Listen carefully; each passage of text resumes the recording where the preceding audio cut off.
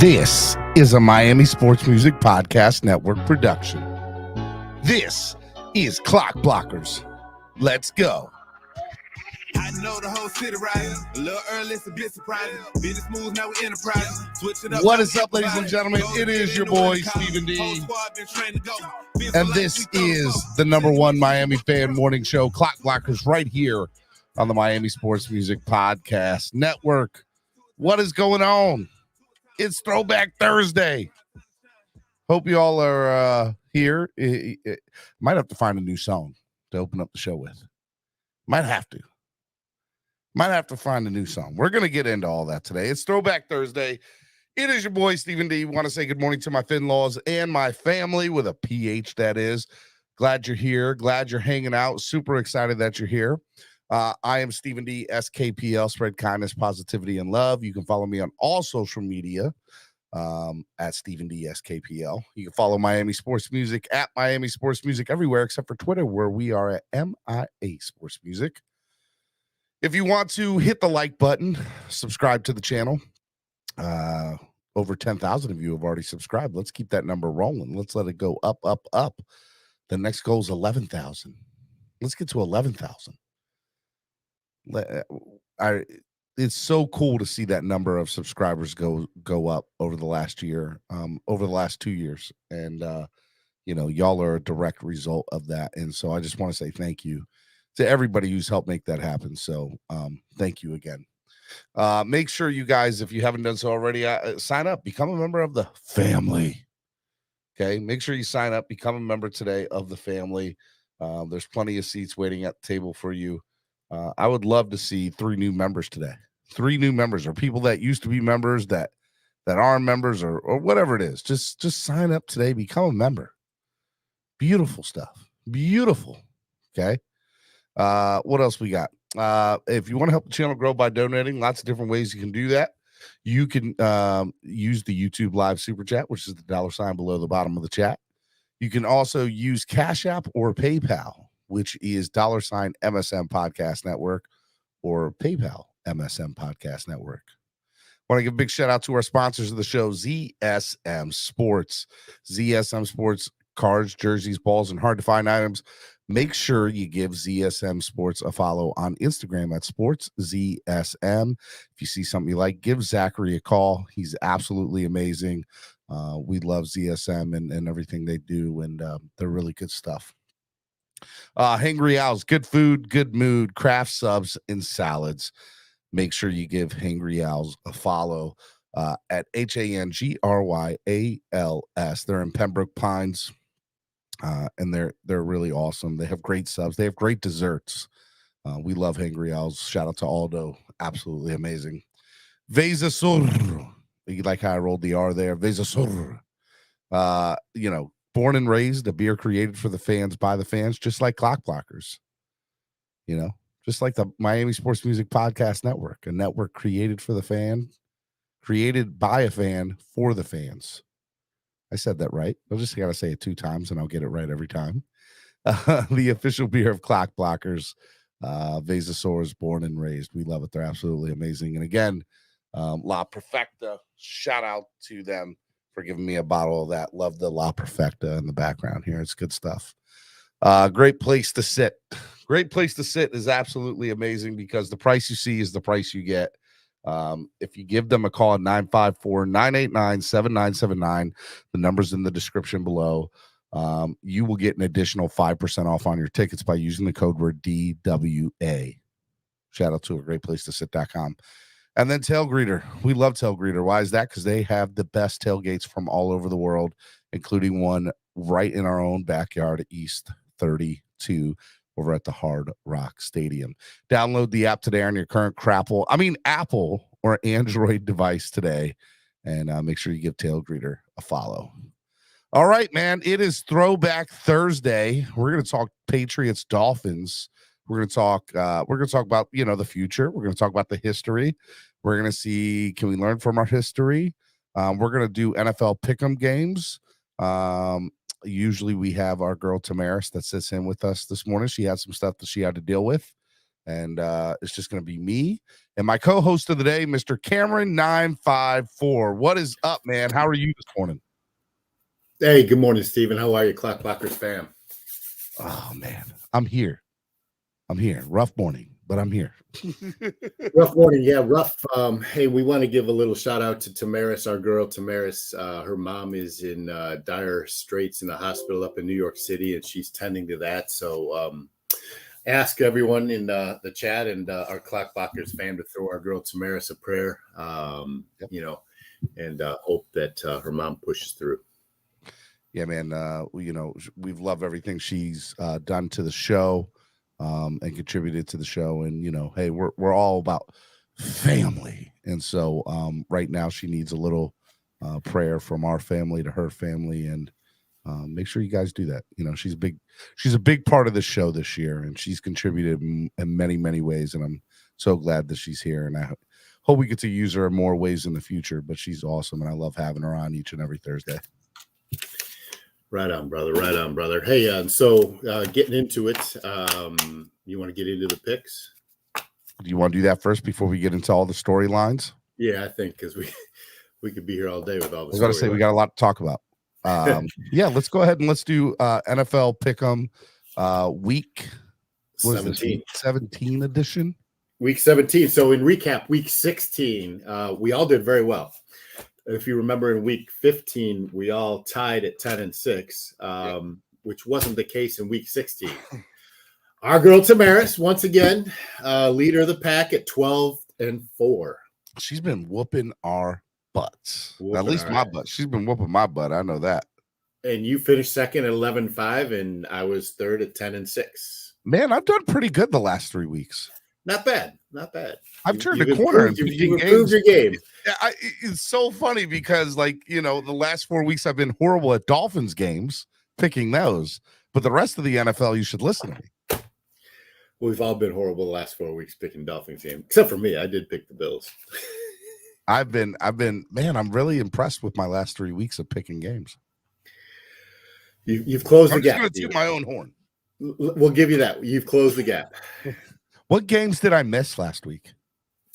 So last week we all missed Detroit. Carolina stopped them. Okay. We all missed Cleveland. Yeah, I couldn't believe Detroit lost. Like that, it was so weird. Carolina beating them. It's so weird that Carolina is competitive as is without Christian McCaffrey, and I feel like they waved the white flag. And when they fired Matt Rule, and they just did the total opposite. They've come together. They've been a really good team without Baker Mayfield. Despite everything that's happened to that franchise this year, they still have been competitive. Dude, they're in a position to win and get in. It's wild. With absolutely a huge game against Tampa Bay this week. No, we'll see.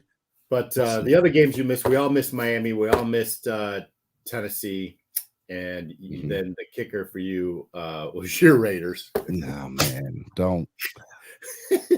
What's funny? I feel like the week before I was like, I'm just gonna pick against the Raiders, and I should have stuck with that. Yeah, that was the one that got you, man. The Raiders. The Raiders.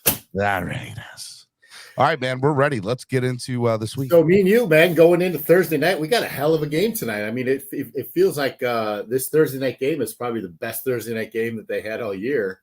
And it's the Dallas Cowboys against Tennessee in Tennessee with Malik Willis starting at center. Man, Dallas for me sitting at 11-4 this year. I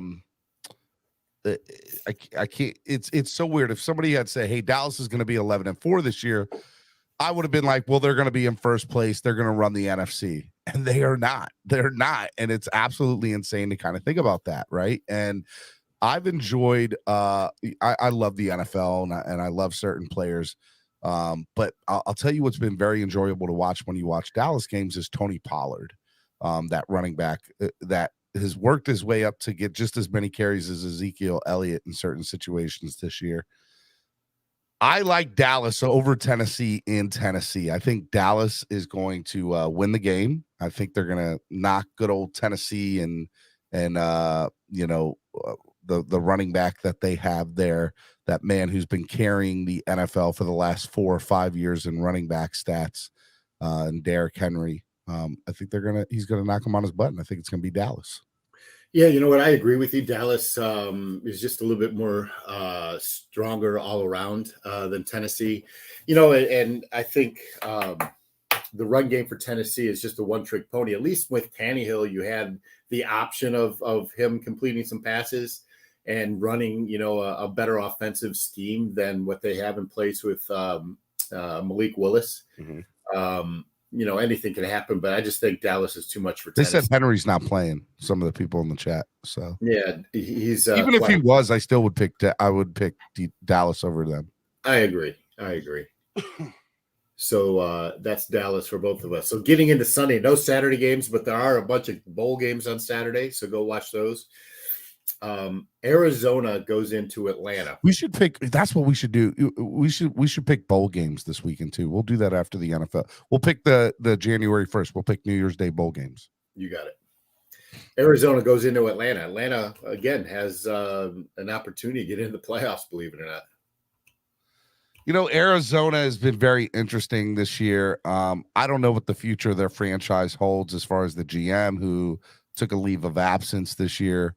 And Cliff Kingsbury, I don't know. I have no idea what that team is, but what I do know is that when the lights are turned on, they find a way to win games sometimes. But to me, they are a roller coaster of a team, sitting at 4-11, and Atlanta sitting at 5-10 is the same way.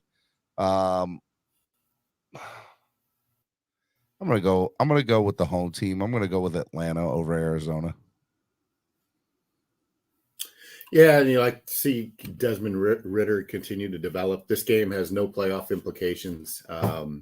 Both teams are pretty much shot in both legs, so I'll take Atlanta as well. Omar Castro said Dallas are frauds. They almost lost to the Texans and lost to the Eagles without Hurts and are playing a Titans team with no Tyreek Hill I'm about to say Tyreek Hill, with no T Hill and no Henry. Frauds, no Tannehill, he meant.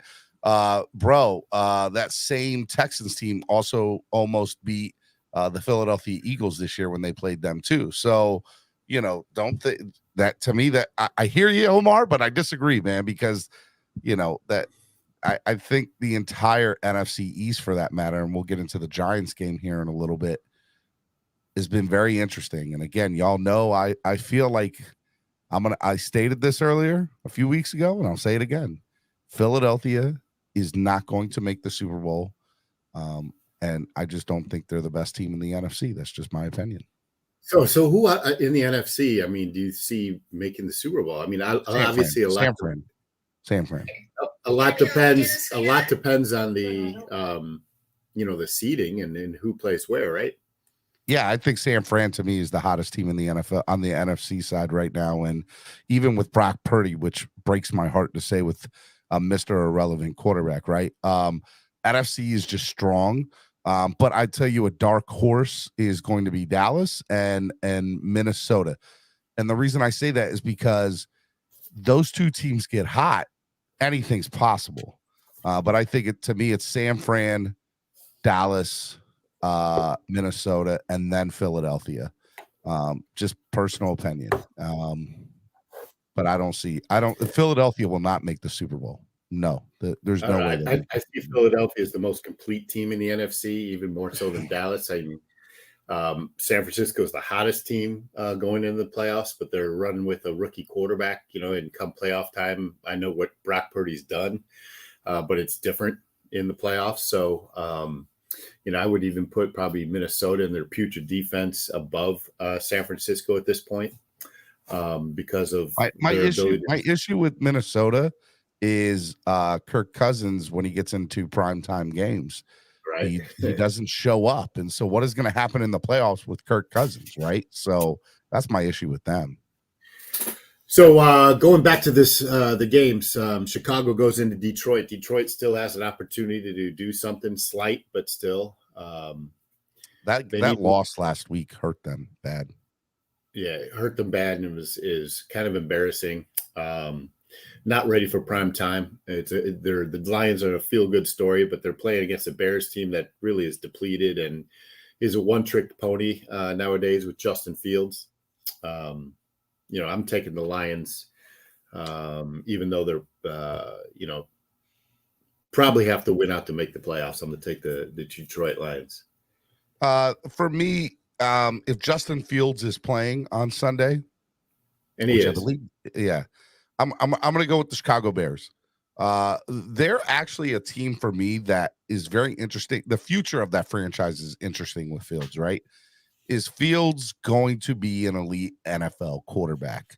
I like Detroit, but them losing the game the way they lost to Carolina last weekend I just felt like that. I thought Detroit was going to be like, if they got in, they could make a run at this thing. But losing to Carolina the way that they did makes me not think that way anymore. So I'm going to go Justin Fields running the ball up and down Detroit's throat. And I think Chicago is going to beat Detroit on Sunday. You think the Bears are going to win? That's interesting. It'll be a fun game to watch regardless. Jacksonville Jaguars go into Houston to play the Texans.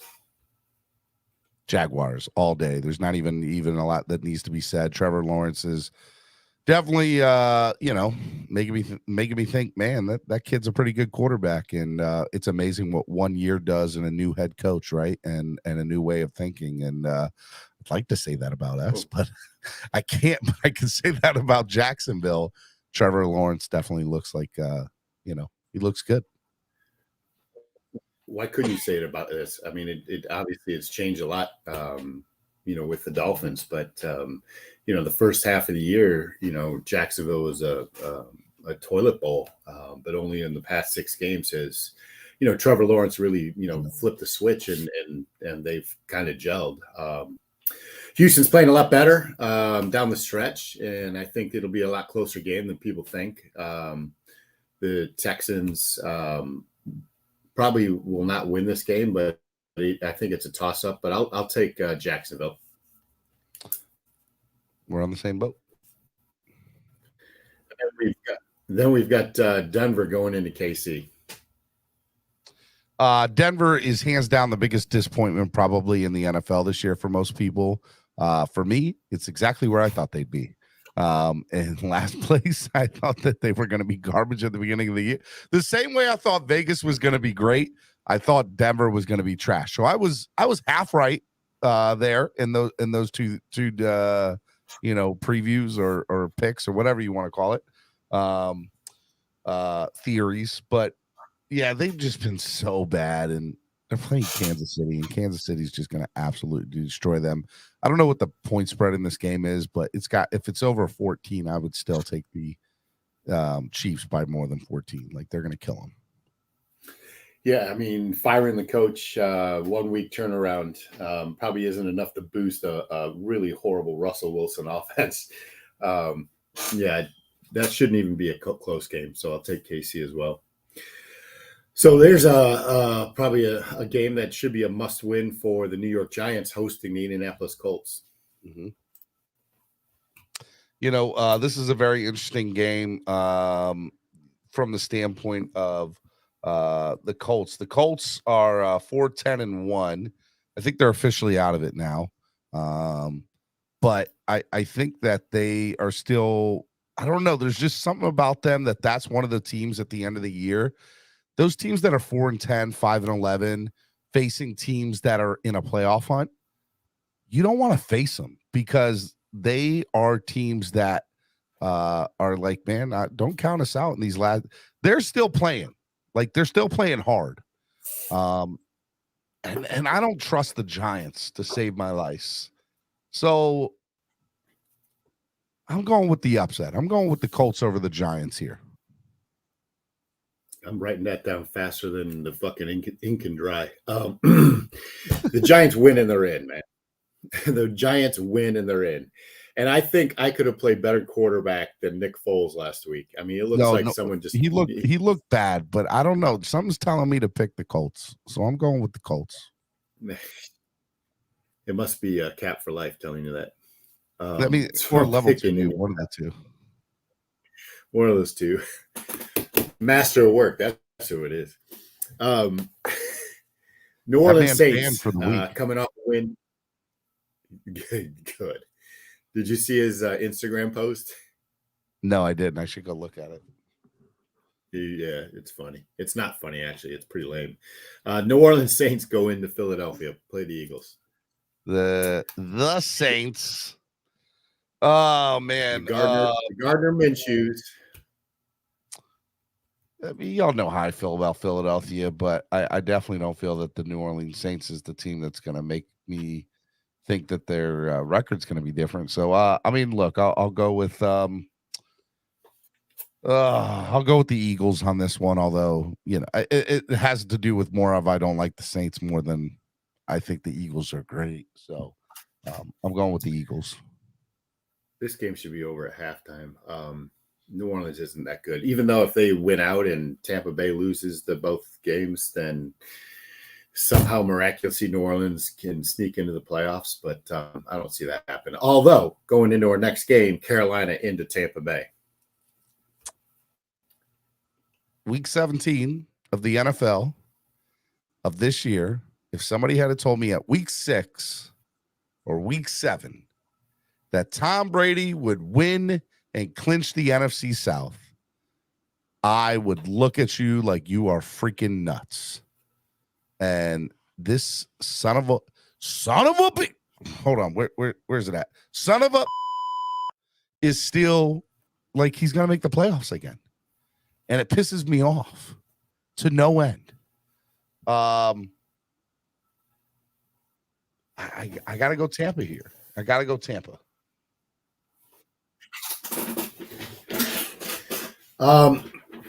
Listen, you're going to go Tampa. That old, quarterback named Tom Brady still is finding ways to complete like last drives to win games, and it's really maddening to see because he's really not good anymore. Mm-hmm. He's regressed to the point where all you need really to do retire. is keep it close and show up in the fourth quarter, and Brady can still do that. And that's what he's doing. Listen, he's one big hit away from folding like a house of cards, but I'm going to take Carolina on the road, and that rushing game against the Tampa Bay defense. They look good last really week. Good. Against who? I'm going to take Carolina. Cleveland goes into Washington with a Carson Wentz under center. Yeah, wild, right? Like I'm surprised that Tyler Heineke is still not getting the snaps there.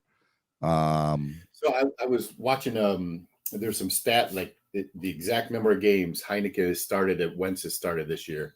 Exactly the same output, exactly the same QBR rating, exactly the same touchdowns to interceptions ratio. Yeah. And so, what's the common denominator? Is it just a shit offense?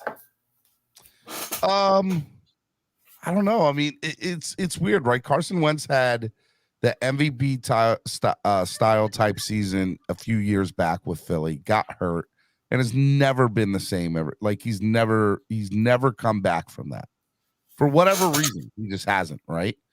And Heineke is somebody who was thrown into this Washington team and pretty much told, "Hey, we need to rely on you." And his very first start, if I'm correct, was the playoff start, right? And or one of his very first starts was the playoff start.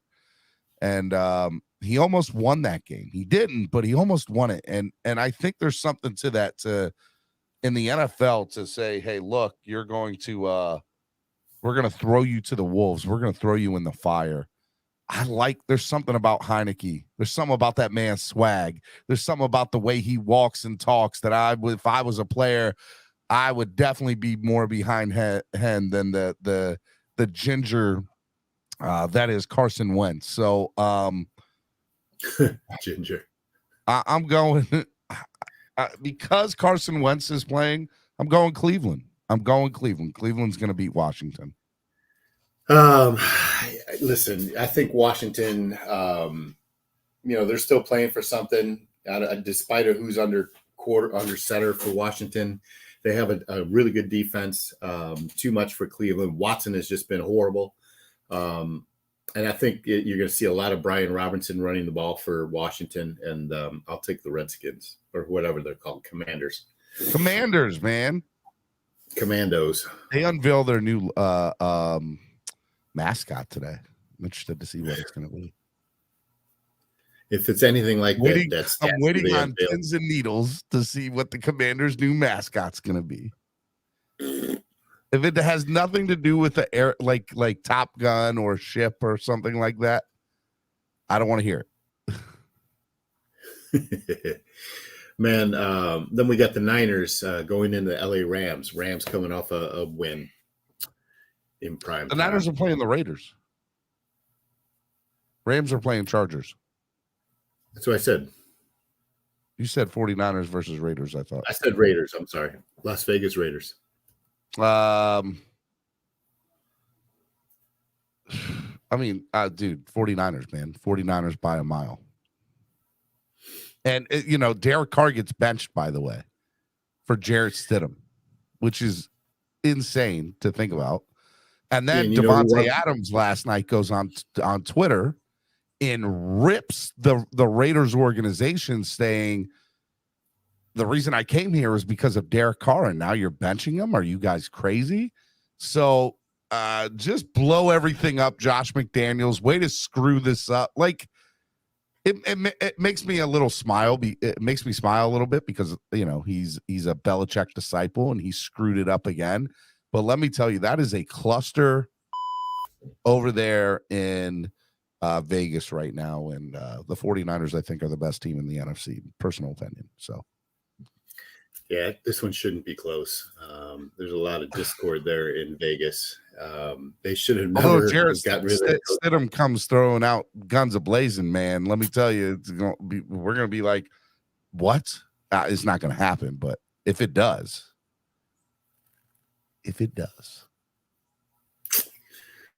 Don't be happening. Jarrett Stidham. What wasn't he like Brady's backup like 14 years ago in New England? I don't know if it was that long, but definitely, I'm over accentuating that, but man, McDaniel's is just horrible. Him and Nathaniel Hackett are going to be coaching the CFL next year. Not even the XFL, the CFL. Damn. They got to go north, bro. Here's a game that has huge implications for the Dolphins, and that's the Jets at Seattle. Mike White is back under center. Mike White is back under center. That is official, huh? Yes. That actually makes a little difference for me now that I know that. Here's the problem, man. It's late in the season, and the Jets have to fly all the way to the West Coast for one game. And then fly all the way to, back, and then go down to Florida for the last game. Man, Cameron, I don't know, man. The Mike White definitely changes things for me. I don't know who to pick here. I guess I'm going with the Seahawks. Just for some reason, I feel like they haven't been good the last couple of weeks. So this is tough. Jets going to the West Coast. I guess I'm going to long trip for the Jets. I think I'm going Jets, man. They have. I'm going Jets. I don't like it, but I'm going Jets. The Jets are favored by 2.5 in Seattle. Are they really? Vegas has them favored? Yeah. No way. All right. See, hey, me and Vegas. Come on now. I mean, my last 3 weeks I've been hot, y'all. So. Minus Dolphins games, your boy's been killing it, son. Been killing it. I don't know about killing it. Listen, if anything has taught us over the past... It's a lot better than my first 12 or 14 weeks, bro. Way better. If anything has taught us over the last decade is don't count out Pete Carroll when the time comes in December, man. And listen, the Jets flying across country, another quarterback change, a little bit of disarray. They have a great defense, no doubt about it. But I just think Seattle finds a way to win. Wow, I can't believe Vegas has them all the way from the east to the west. That's wild that they have them favored. Well, it's straight up, so we're not playing this point spread. So yeah, you're taking the Jets, and I'm taking Seattle. So Minnesota goes into Green Bay. Minnesota. Into Green Bay. This is an interesting game. Green Bay, they're in. You know, I think the game last week for Green Bay gave them momentum, gave Aaron Rodgers momentum. And I think there's something to be said of that. It's not a primetime game, which helps Kirk Cousins. But I'm actually excited to watch the game. I think it's going to be a good game to watch. Do we know what the weather's going to be in Green Bay? Is it supposed to snow? Is there supposed to be ice or anything? Dude, it's going to be January 1st. It's going to be shitty. It's going to be the frozen tundra. Man, this is a good one. I guess I'm going to go Packers because of the elements outside. Man, it's a tough game for me. The Vikings still have a chance to be the top seed in the NFC. If Philadelphia loses out, and Minnesota wins out. Green Bay has a chance to win out and get in the playoffs. Green Bay at home, you never bet against them, right? They didn't play good football last week until the fourth quarter, and we all know reasons why. I hate to root for. I'm not rooting for Green Bay or pick, but I got to pick Green Bay. Yeah, discount double douchebag. Just so you know, the two people you've talked the most trash about today have been Tom Brady and Aaron Rodgers, and either one of them very easily could be our quarterback next year. Stop! Don't even say it. Don't even just say want it. to throw that out there. Don't even say that. I'm suspending my season tickets if either one of those fags come down. Oh my, If either, what did you just say? Faggots. Cameron, you can't say that anymore. It's 2022. I just did. You're going to get us canceled. We're going to get canceled, Cameron. Thank you. We're getting canceled. You can't say that in 2022, Cameron. You're like my dad. That I have to be like, Dad, you can't. I can't. Cap for life, I got you. Just DM me on the side. DM me on the side, Cap. Listen. Who the hell kicks away Gisele Bundchen? You can't say that, Cameron. And who's the NASCAR driver that nothing? You can't. You don't say nothing. Do you know what? And who's the NASCAR the female driver that Rodgers kicked to the curb? Danica Patrick. Who does that? Well, have you seen Aaron Rodgers' new Miss Lady Friend? I don't care. She's probably from Wisconsin, eats a lot of cheese curds. She's not from Wisconsin, bro. See, and I'm just joking. I didn't mean it literally. Jesus Christ. People are so sensitive. I saw Chappelle last night, by the way. That's probably where I'm getting some of this. Von Joe said cancellations are definitely coming y'all that way. There should be at least a $30 swear jar. Well, we can't have Barstool Talk anymore, Cameron. Steven is right. Man, see, you done messed up today, Cameron. Shut up, Steven. Let's go on. Pittsburgh at Baltimore. Oh, man. So glad this is the Sunday night game. Not. I mean, Baltimore. Baltimore's going to win. He's allowed to say it because he's gay. I got it. I understand. I'm not repeating nothing. What I'm repeating is you got Baltimore at home?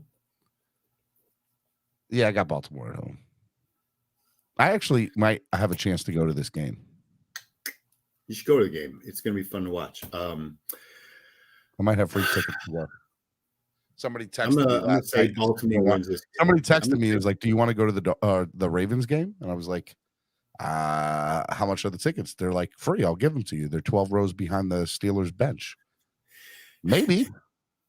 Hey, Rick. No, she's not, but my brother is.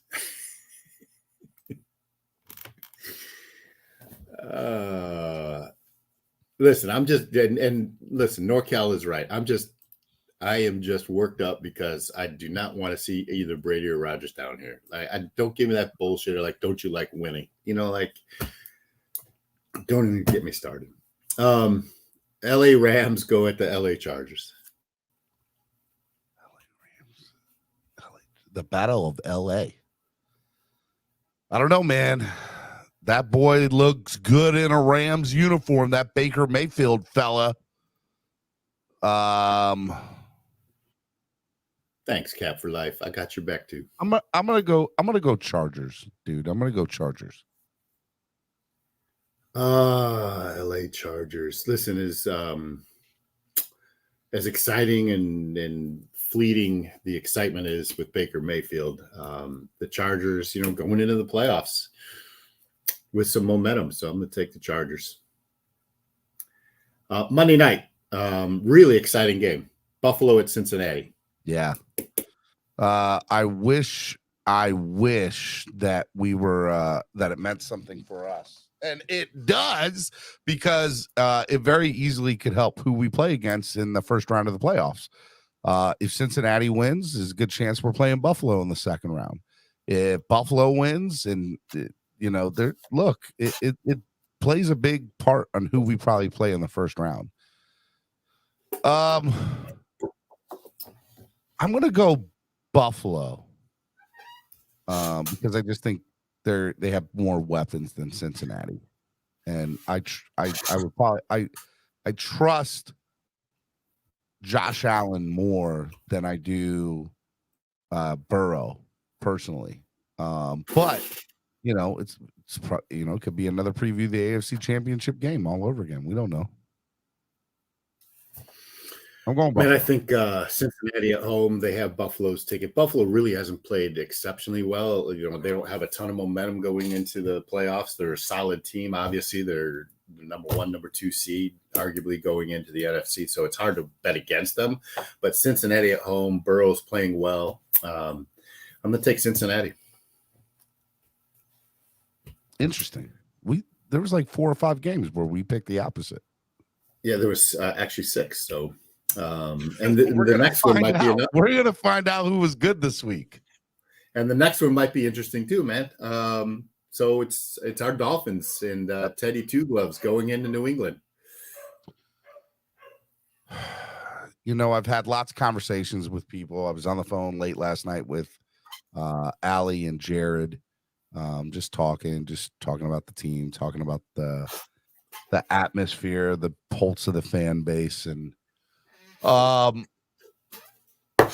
me, losing the game on Sunday to the Green Bay Packers was so defeating and so deflating.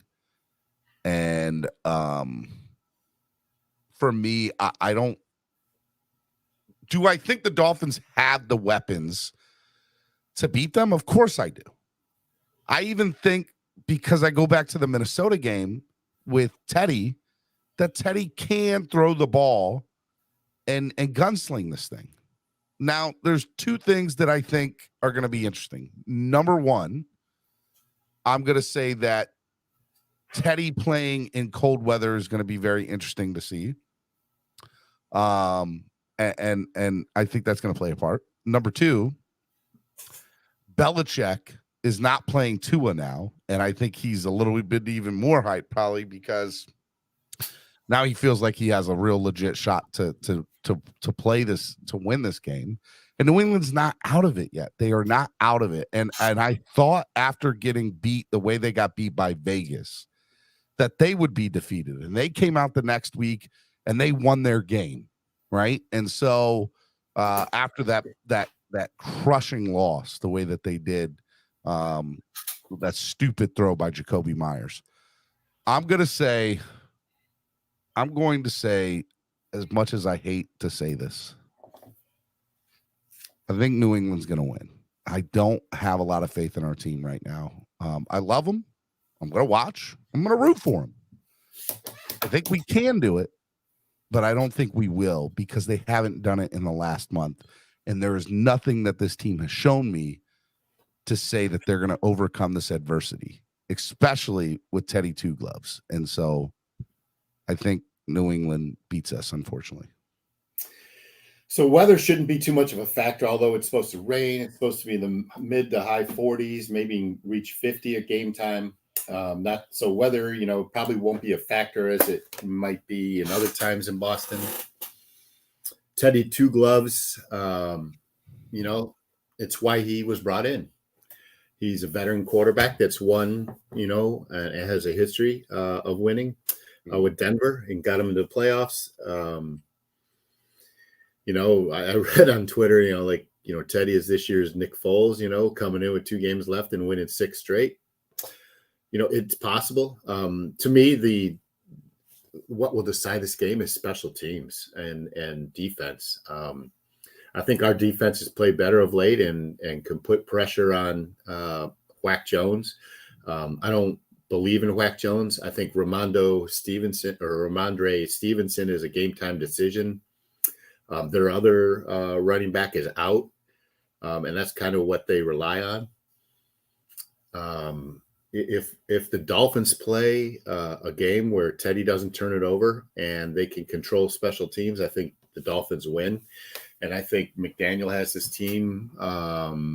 There's a lot of pride on this team and a focus to get into the playoffs. And I think, man, a lot's riding on McDaniel's shoulders. Do we see, a shit to bed type situation like we did in Tennessee where we had to win to get in? I don't think so. I think. Okay. Go ahead. I'm sorry. I think Miami wins and they win by 10 points. What gives you any inkling to feel that I think Mostert and Wilson are running the game, running this. And I think, hold on. You were the first person. I gotta call you out. You were the first person this year to that I heard the entire year. You were the first person that I heard from the one good ear I can hear out of. You were the first person to criticize McDaniel, and you did that after the Jets game. We were driving to the stadium to go see the Mets lose and get kicked out of the playoffs, okay? The 45-minute drive that took 2.5 hours, okay? We were driving there together, you and I, and you said, I don't know, McDaniel's made some very questionable calls, and I got to put some of the blame on him. 100%. Fast forward to where we're at now.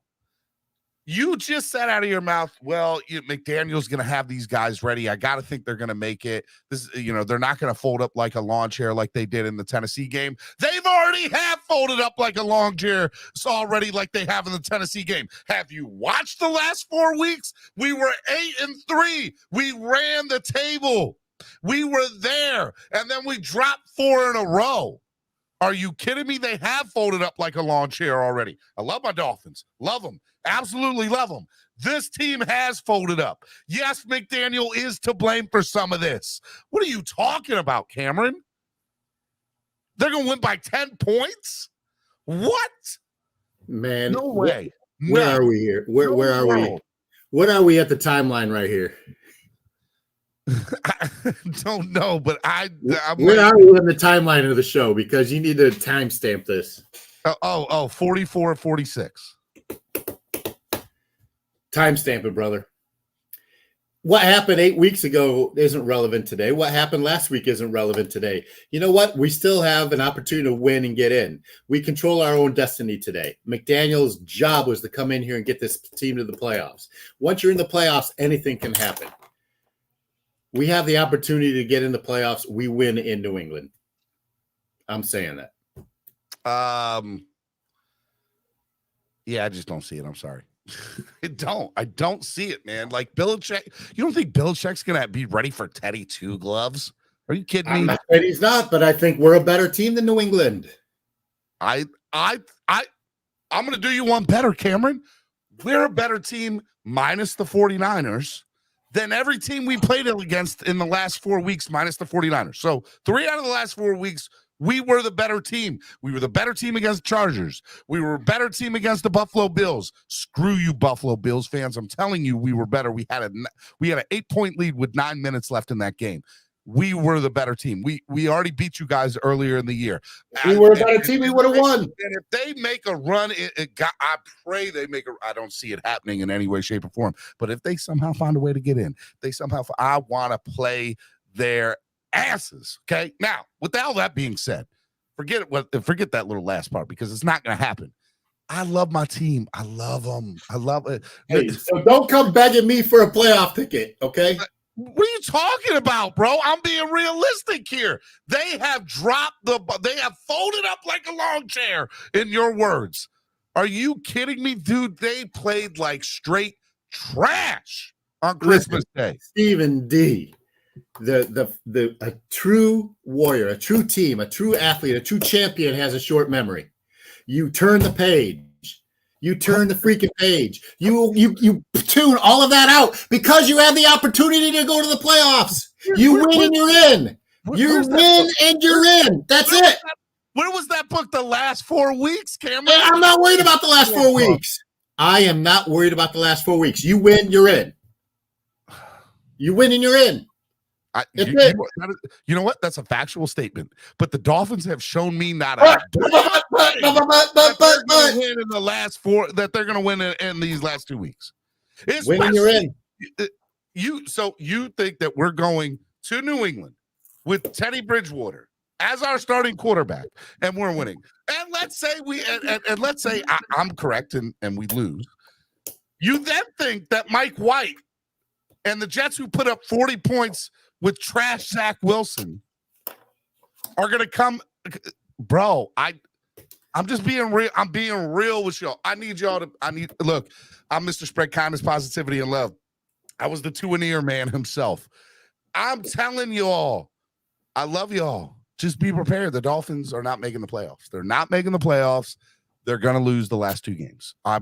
I swear to you, Stephen D. I already won a bet with one of my good friends as a season ticket holder. He's got to wear a Mark Sanchez Jets jersey to the Jets game and sit next to me. And I swear, if the Dolphins beat the Patriots and they clinch their berth, you're doing the same. I don't make bets. You know I'm not a betting. It doesn't matter. I'm going to chloroform you and put you on a Sanchez jersey too and prop you up just like. Hey, look, my fat ass is going to take a lot of chloroform, my guy, okay? I know people. I get a cart and I'll put you right in that seat next to me. My guy, look.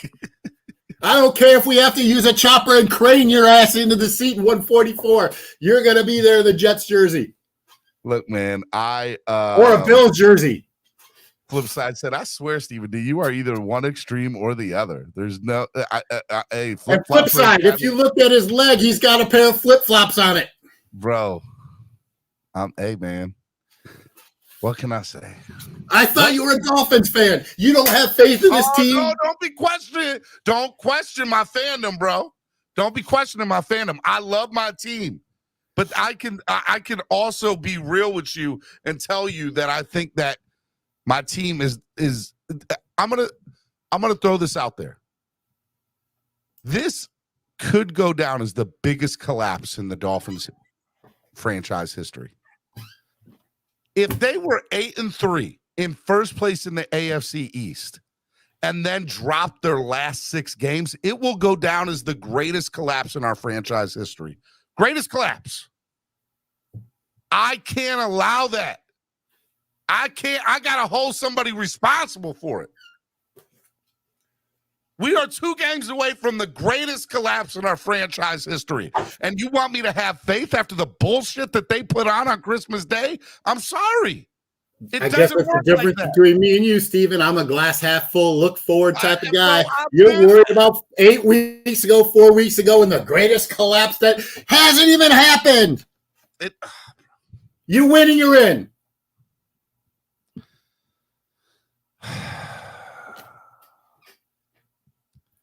You win, I'm so glad and you're Steven picks the Dolphins to lose because he never picks right with the Dolphins.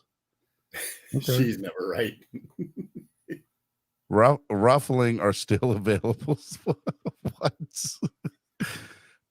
It's so funny because I've got killed. Last month to be like, Steven, you pick the Dolphins to win every time. Steven, you pick the Dolphins to win every time. Steven, you're such a homer. No. To me, let me tell you, I think we have the better roster. I think we have the better player personnel. I think Teddy Bridgewater is way better than Mac Jones. I'm just going to throw that out there. Okay. But they haven't done it yet. And to me, execution is everything. And when I make a statement, and again, I've said this before multiple times on my show. Somebody that's really big in the business says good teams find a way to win. The Dolphins didn't do that in December. They straight collapsed. They didn't show up. And so you want me now with them going to New England? I don't want you to do nothing. I'm just telling you what I feel. And I'm not and necessarily how you feel. That was more of a rhetorical question, and it was more directed towards the fan base. You want me now to believe that the Dolphins, after losing 4 straight and losing in just some horrible fashions, okay, that they're now going to just all of a sudden wake up and beat New England or beat the Jets and get into the playoffs and then be no. And here's the other thing to it as well. If we do make the playoffs, what is that first weekend going to look like? Because let's remember, ladies and gentlemen, the Miami Dolphins or the NFL, not the Miami Dolphins, the NFL last year had 6 wild card games for the very first time during wild card weekend, and only one of them was competitive. 1 out of 6 games wild card weekend was competitive. You want me to bro? So I'm gonna watch my Dolphins sneak into the playoffs to get killed by Buffalo, or which I think we're a better team than Buffalo, and I'd like to play them again. And you're such a flip-flopping contradictory of yourself, man. I'm just being real with you, man. These are my fears, and I don't think there's anything wrong with that, man. I mean, they're legit fears, and if nobody's, you're not going to question, like, nobody's going to sit here and question my loyalty to this team and being a fan, but I can be real and be like, this is, I'm nervous. I'm scared. And they have played the worst football in the NFL over the last month. The worst at times. It was the best of times. It was the worst of times. Blah, blah, blah, blah, blah, blah. I don't live my life scared. I don't live my life worried. Right? You turn the page. Man. You forget about it. Have a short memory. You prepare. You prepare yourself. You prepare yourself for the one game that matters the most in the season. You could keep saying that, bro. And they should have said that. They should have said that after the San Fran game. Didn't work. They said that after the LA game. Didn't work. They said that after the Buffalo game. We saw how that worked for them on Christmas Day. So we're going to say it again and just hope that it works against New England and New York. We're just going to pray. I'm not praying or hoping. Wishing and praying and hoping. I believe in Coach McMignuts, and he's going to have this team prepared. And he's going to have Teddy Two Gloves prepared, and we're going to have a run game that's going to control the clock like we should have against Green Bay the second half. I'll tell you all right now, if the Dolphins get into the playoffs and win the first playoff game, I will be on board like, let's go to the Super Bowl. Okay. Hey, you ain't staying in my house then. But because I'm being real right now and telling you ain't how being real. Well, look, I hope I'm wrong. I pray that I'm wrong. You running scared. I'm gonna be wrong so bad. I've never wanted to be more wrong than I am right now in my life. Never wanted to be more wrong. I just don't see it, man. Just don't see it.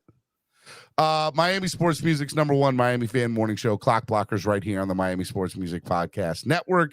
It is Throwback Thursday. It is Cameron 954. I am your host, Stephen D. Thank you guys for joining us, hanging out with us. We're going to keep this party and train rolling. We're going to keep talking Dolphins. If you guys like the show right now, go ahead and hit the like button, donate to the channel, help the channel grow. We've got no donations today, or we've got one donation from William the Ice Tray Perry, $2. Appreciate it, my guy. Thank you. Guys, donate to the channel, help the channel grow. It's about to be the last day of the month. We want to have a couple last big days of the month. Okay. So make sure you guys come on. Let's donate. Help the channel grow. All right. I want to come back to this conversation in more detail. Shame. You're right, Stephen D. Don't let Cameron with his nonsense try and flip you. Stephen really sounds nuts. Miami's not making the playoffs, but better than Bills. LOL. Yeah. Cuckoo, cuckoo. Where's Nando's tinfoil hat? Because you should be wearing it. No, you mean you? You should be wearing it. You should be wearing Nando's tinfoil hat. Let's get into the conversation about Tua, man. Let's talk about Tua.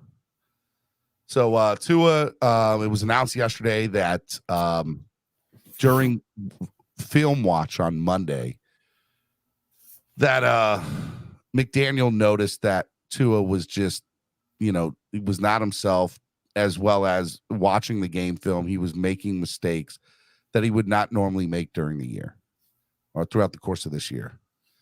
And said that you should go see the team doctor. They go to the team doctor. They put him in concussion protocol just based on the symptoms that Tua was showing. And then it was further indicated down the road within the next 48 hours after that Tua did suffer a concussion. They confirmed that in the game. It is his second concussion confirmed, although I think it's his third. But who am I? I'm not a Twitter doctor. But yeah, so now there's a million different stories and narratives being thrown out there.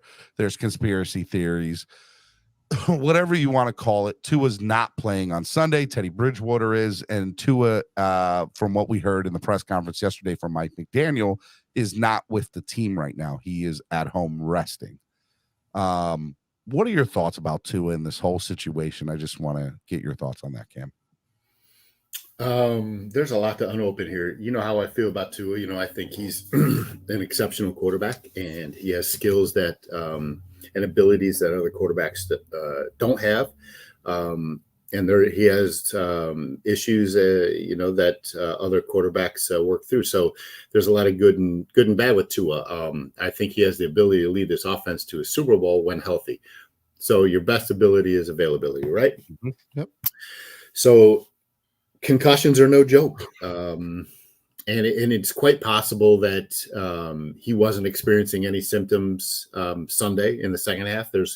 And didn't experience them until later that night or, into Monday. Who knows? I know that there's a lot of speculation and really that's what this show is all about, speculation, and any show and all the Twitter users. And we really won't know the answers until they're made public by, the team doctors and the NFLPA. What I think should happen. You want to know what I think he should do? What I think will happen for the rest of the year is that he doesn't play. Mm-hmm. And I think it's in his best interest as a fan, as someone who, probably is concerned just as much with his welfare long term, that he should contemplate, whether this is a viable form of employment for him moving forward. And that's a tough pill to swallow for somebody who has, everything in front of them. And it's a tough pill for fans to swallow when, we finally see a quarterback who has the ability and we have tools around our offense to put up points and win, something that we haven't had in the past. I don't want to get into, he said, she said, as far as, did he play with a concussion and not tell anybody? If he did so, that it just, to me, it shows that, his will to win and lead this team, probably as misguided as it may be, is commendable. Do I have questions about, the training staff and their ability to recognize issues on the field? It seems to me that all this was brought to light only because someone on, Twitter, captured the play and put it out there right away, where he was hit. Well, and Daniel said in the press conference that he was watching game film with him and noticed that the decision making he was making in the second half. That was on Monday.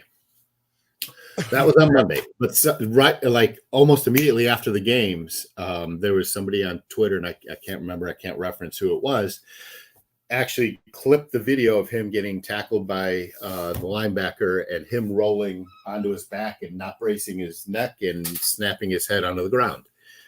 And the stats prior to that play and the stats post that play are convincing that, something was wrong. And going back to what I said is that I am skeptical of the Dolphins' ability to identify issues, with Tua and, concussion protocol and all of that. So moving forward, I think, this team has to deal with the fact that Teddy is their quarterback, at least for Sunday and more than likely against the Jets. And if I were the Dolphins, beyond that, if we get into the playoffs. All right. Here's my point of view. Here's there's some of what you said that I agree with. There's some of what you said I contest. I think this whole situation sucks as a Dolphins fan because it's our worst fears coming to reality.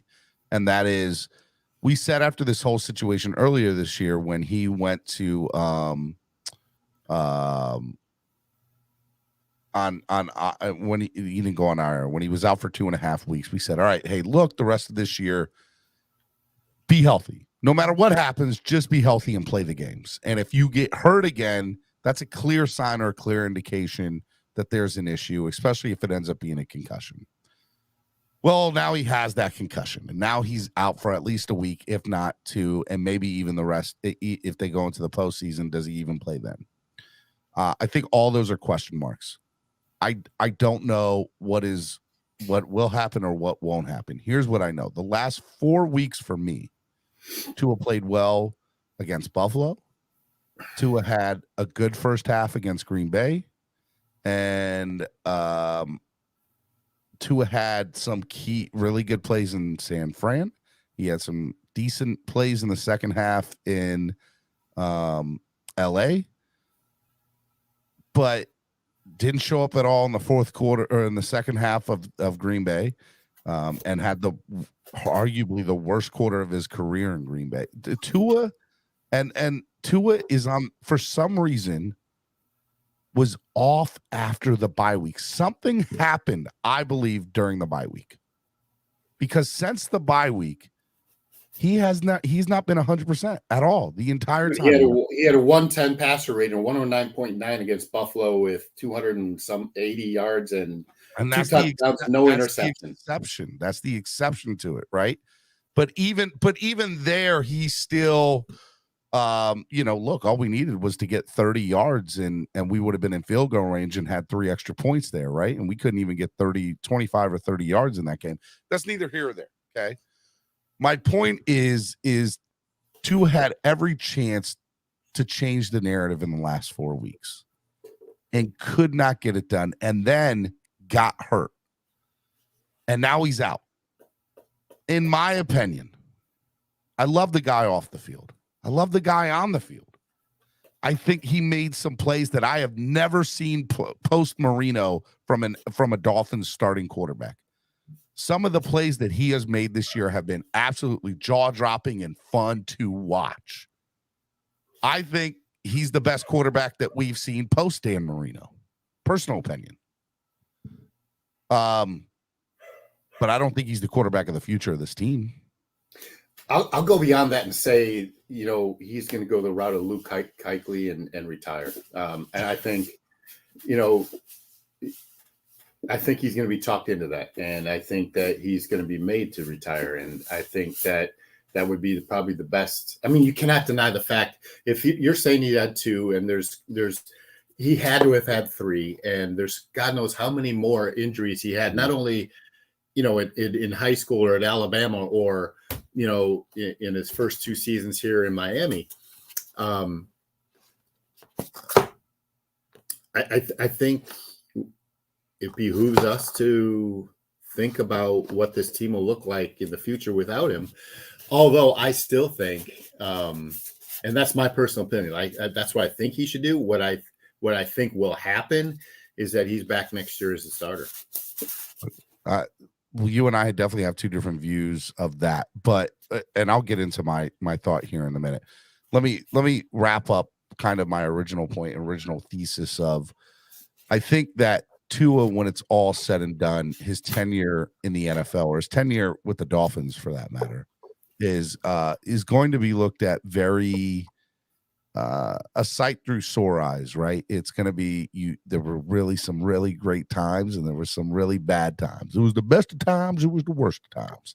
And I think Tua, it's sad as a dog. It's frustrating and sad all at the same time, because here's what I'll say: even with the haters of Tua,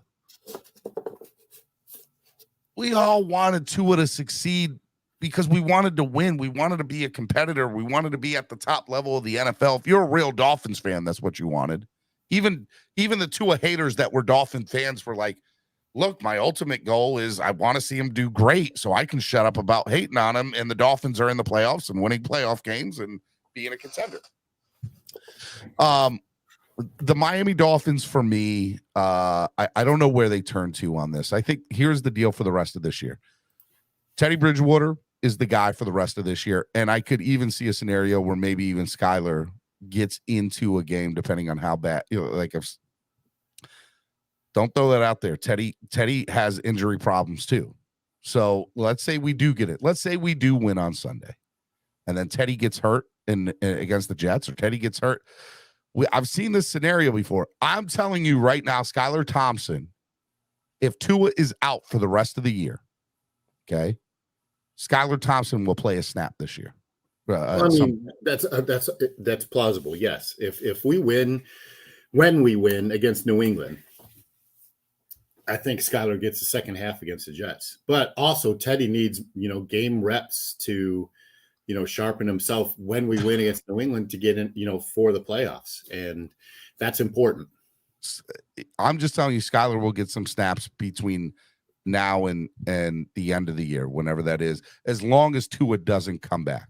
Tua does come back, then I don't see Skylar getting any playing time. Now, let me throw this out there. Let me go even further for the Tua situation. We are not doctors. I said this yesterday. I'm going to reiterate what I've said again. There is not enough studies done on the brain and concussions, and there needs to be more studies done on this. And that, by the way, isn't let's go and do an 8-month study or 6. This is a 5 to 10 year study that needs to happen with NFL players, their brains, how they are, their cognitive, everything about them pre, post, during, and post career. Even, the only way that you get to identify, CTE is on death. Correct. Post-mortem. Right. Yep. So, 100%. So there's just not enough. So for the NFL, even this year, has changed their concussion protocol 4 times. They've changed their concussion protocol this year 4 times, directly affected because of the Tua situation earlier this year. Okay.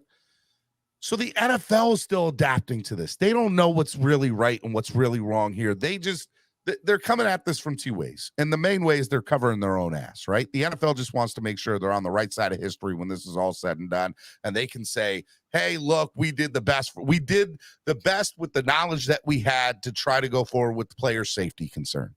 The NFLPA obviously is coming from that standpoint too, because they want to make sure that, hey, players are safe and enjoying their retirement and not having medical issues after their retirement. There are plenty of players in the NFL that post their career said, well, I had up to 40, concussions during my career. I've had multiple concussions in a game. Now, this is way before the concussion protocol and some of this knowledge. But there's some people even in the last few years that said, look, I had multiple concussions and in the course of a game or, in a year.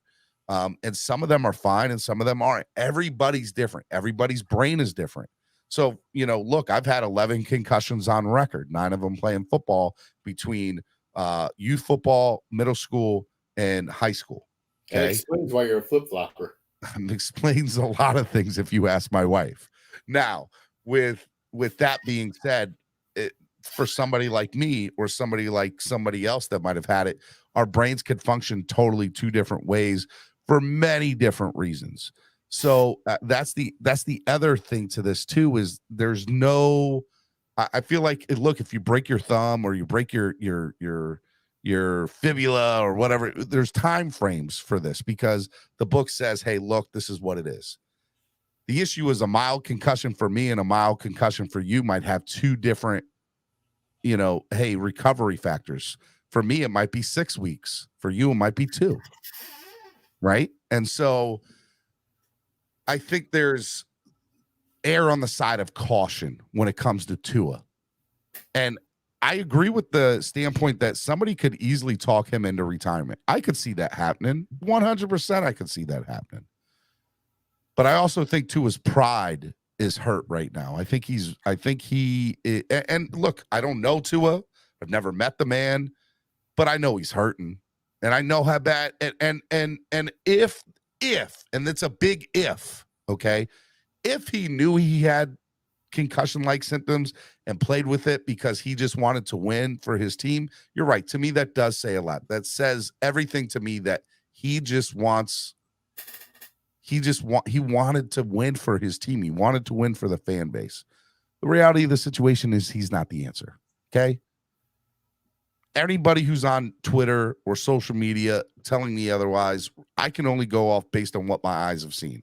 And what my eyes have seen is he hasn't gotten it accomplished in the last 4 weeks. He wasn't able, when it counted, every week he came back. All right, we're going to put last week in the mirror. We're going to go this week. Nope, screwed it up again. Nope, screwed it up again. Nope, threw 3 interceptions in the fourth quarter and had the worst quarter of your NFL career. Was it because you had a concussion? Maybe, maybe not. But I know it did not result in success for the team. So I have to come at this from 2 different ways.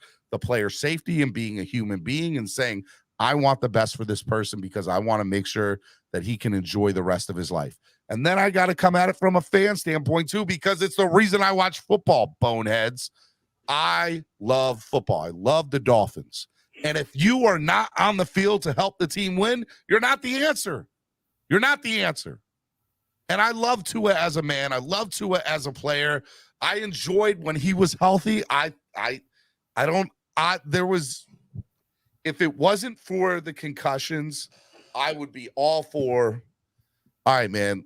I think I'd be a lot more optimistic about the last 2 weeks of the year, because I'd be like, all right, Tua gets another shot to redeem himself. Because I said I want him to have every opportunity. I don't want him to get benched for anything other than an injury. He deserves every opportunity this year that he gets to prove that he's the man. And he didn't do it.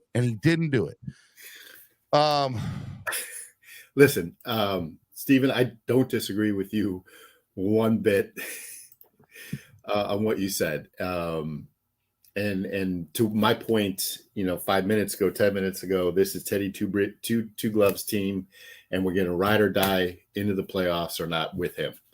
And for me, Tua just has to stay home, take care of himself, and figure out. I don't see him playing the rest of the year either. I don't think he plays. I don't. So my question to you is, there's so many people out there. What's the next recourse? Is it Skylar? Is it Teddy? Is it somebody else that we bring in? I'll let me remind you that Lamar Jackson, as much as I love him, has missed more games this year than Tua. Yep, 100%. I don't think he's the answer. Garoppolo has missed more games this year than Tua. Don't think he's the answer either. Where does that leave you? Derek Carr, Aaron Rodgers, and Tom. All right, so hold on. Hold on. Let me run this down first. Huh? Because are we finished talking about this year? I'm asking you a question about, what's the alternative moving forward if Tua isn't the answer? I still say I'm to go on record and saying that if Tua doesn't retire, he'll be the starter next year for the Dolphins. If the Dolphins win a playoff game with Tua, if Tua does come back and wins us a playoff game, I believe that statement is accurate.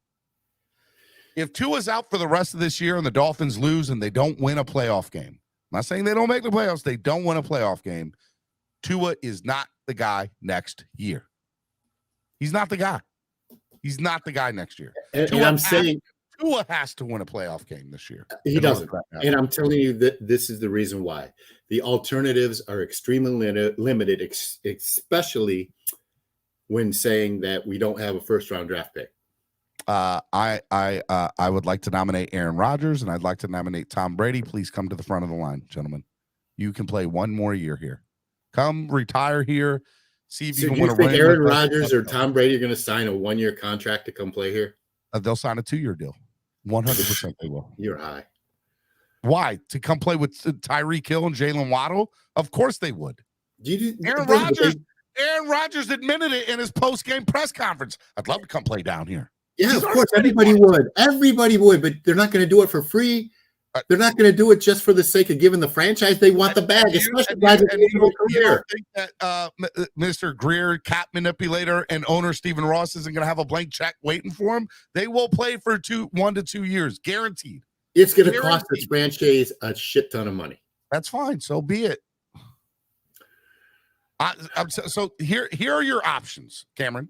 Here are your options. And I get it. The window is now. So, Brady and Rodgers give you that opportunity, right? So did Lamar Jackson. We're going to play every scenario here. Scenario A, and this isn't, hey, this is the first. This is just in no particular order. Scenario A, Tua is hurt for the rest of the year, comes back next year. No matter what the deal is, comes back next year. That is the wrong answer, in my opinion. Okay. But that is option A. Option B is you bring in a veteran to play with this team, i.e. Derek Carr, i.e. Aaron Rodgers, i.e. Tom Brady, some sort of veteran that can come here and fill in the slot for 1 or 2 years till they figure out what the future of this franchise is. Option C is Lamar Jackson. In order to go get Lamar Jackson, you have to give up a shit ton of whatever it is. Plus, you're going to have to pay him an ungodly amount of money. So you're going to have to do 2 things that is going to hurt the future of your franchise tremendously on a guy that A, has been hurt more than Tua, and B, his current team doesn't want to pay him already for whatever the reason. So I don't think Lamar's the answer either. We both agree there, by the way. Option D. Okay, so we had Tua, we had a veteran, we had Lamar. Option D is getting a rookie quarterback in the draft. That's not option D. Well, what's option D? Baker. Well, I said a veteran. So Baker would fall into option B. That's the next tier, right? Baker or who's the other gun? Gardner Minshew's people are talking about. You know who else is also on the last year of his contract as a free agent? Who? And Cap for Life is going to microwave me because I see you over there. Ryan Tannehill? Yes. Oh, my God. Just shoot me now, please. Did you see that? Shoot me now. That'll never happen. But how funny would that be? And I'm not taking Derek Carr. Derek Carr option D is a rookie quarterback, and there's we don't have the capital to get somebody that's worth a damn, and B, I don't think there is anybody in this draft that I would want anyway, personally. Okay, so for me, And by the way, I just want to throw it out there. I don't think Bridgewater or Skyler is the answer for next year. Teddy's gone next year, and Skyler, I don't see it. You keep developing Skyler. You keep developing Skyler, but he's not the person that you're going to go in next year saying, "Okay, let's go as the starter." Okay. Mike White's an option. Mike, again, I would go with, a free agent or a veteran, right? Mike White would be coming back home. Yeah, well, let's go. Let's go into each option. Option A was Tua staying. Yep. Tua got every chance imaginable this year. We gave him the world on a silver platter. Let me stop you right there. Could not get it done. Let me stop you right there. Did he or did he not show improvement over the first half of the season? 100%. Did he improve? Did he improve from last year? Yes, he did. Would you? So he threw 6 touchdowns against Baltimore. He He has threw 4 touchdowns in 1 quarter. Okay. he has the ability to do that. He's improved. How would you regret seeing him do that next year in a different uniform? It is when you have the opportunity to keep developing him. Let's say hypothetically he gets healthy, he learns how to roll with the hits, whatever. Like they improve the offensive line, Steven. And option A is that the offensive lines, we've established on this show with TD and other people, the offensive line has been pretty decent. Like it's not bad. It's improved 110%. Pretty decent. It can still be improved more. I'm not denying that. My question to you is, if you have the opportunity to keep developing Tua into the franchise quarterback, which he's on that cusp, and that's not debatable. Okay. The only issue is his injuries and availability, which is a huge issue. Mm-hmm. And so this franchise is at a precipice where you have to decide whether to roll that 5th year with Tua or potentially landmine this franchise with a huge contract, trading away more draft picks, rolling the dice on some aged and regressing quarterbacks in Brady and Rodgers, or a 3rd-tier option who aren't better than Tua when he's healthy. And that's Tannehill, Baker, Mike White, or Derek Carr. So financially, the best opportunity, and McDaniel coming here to put a game plan in for Tua. Do you not see the opportunity for him to continue progressing and improving? That's what I'm asking. I hear you. I'm gonna answer it in a long about way. Okay, so just let me cook. This team, this franchise, this not even the fan base. I'm talking about the franchise itself. I'm talking about ownership. I'm talking about front office. What they don't want is Tannehill 2.0. They don't want a quarterback to be here for 7 years. They're not going to allow that to happen. They said that whoever the next quarterback is going to have a quote unquote short leash, but they're going to give him every opportunity in the world, right? They're going to give him his due time. This is his 3rd year in the league. And we knew that the first 2 years, okay, you didn't have a head coach that believed in you. You didn't necessarily have the weapons around you. You didn't have an offense that was catered to be a high explosive offense, whatever. Well, we gave that to you in this offseason. We gave you everything that you needed to be successful. Well, now the second thing that we also needed was for you to stay healthy. You haven't done that. You haven't done that at all this year. Okay. So with and even though he's having such a great year, he has had a major collapse for the most part in the second half of the season. Okay. And there's just no denying that, right? You can't go 0-4 in December when this is a quote unquote, I don't want to say it's a contract year, but it's like, are we going to retain you or not? That you're playing for your job. You're playing for your future. And you completely folded, in your words, like a lawn chair.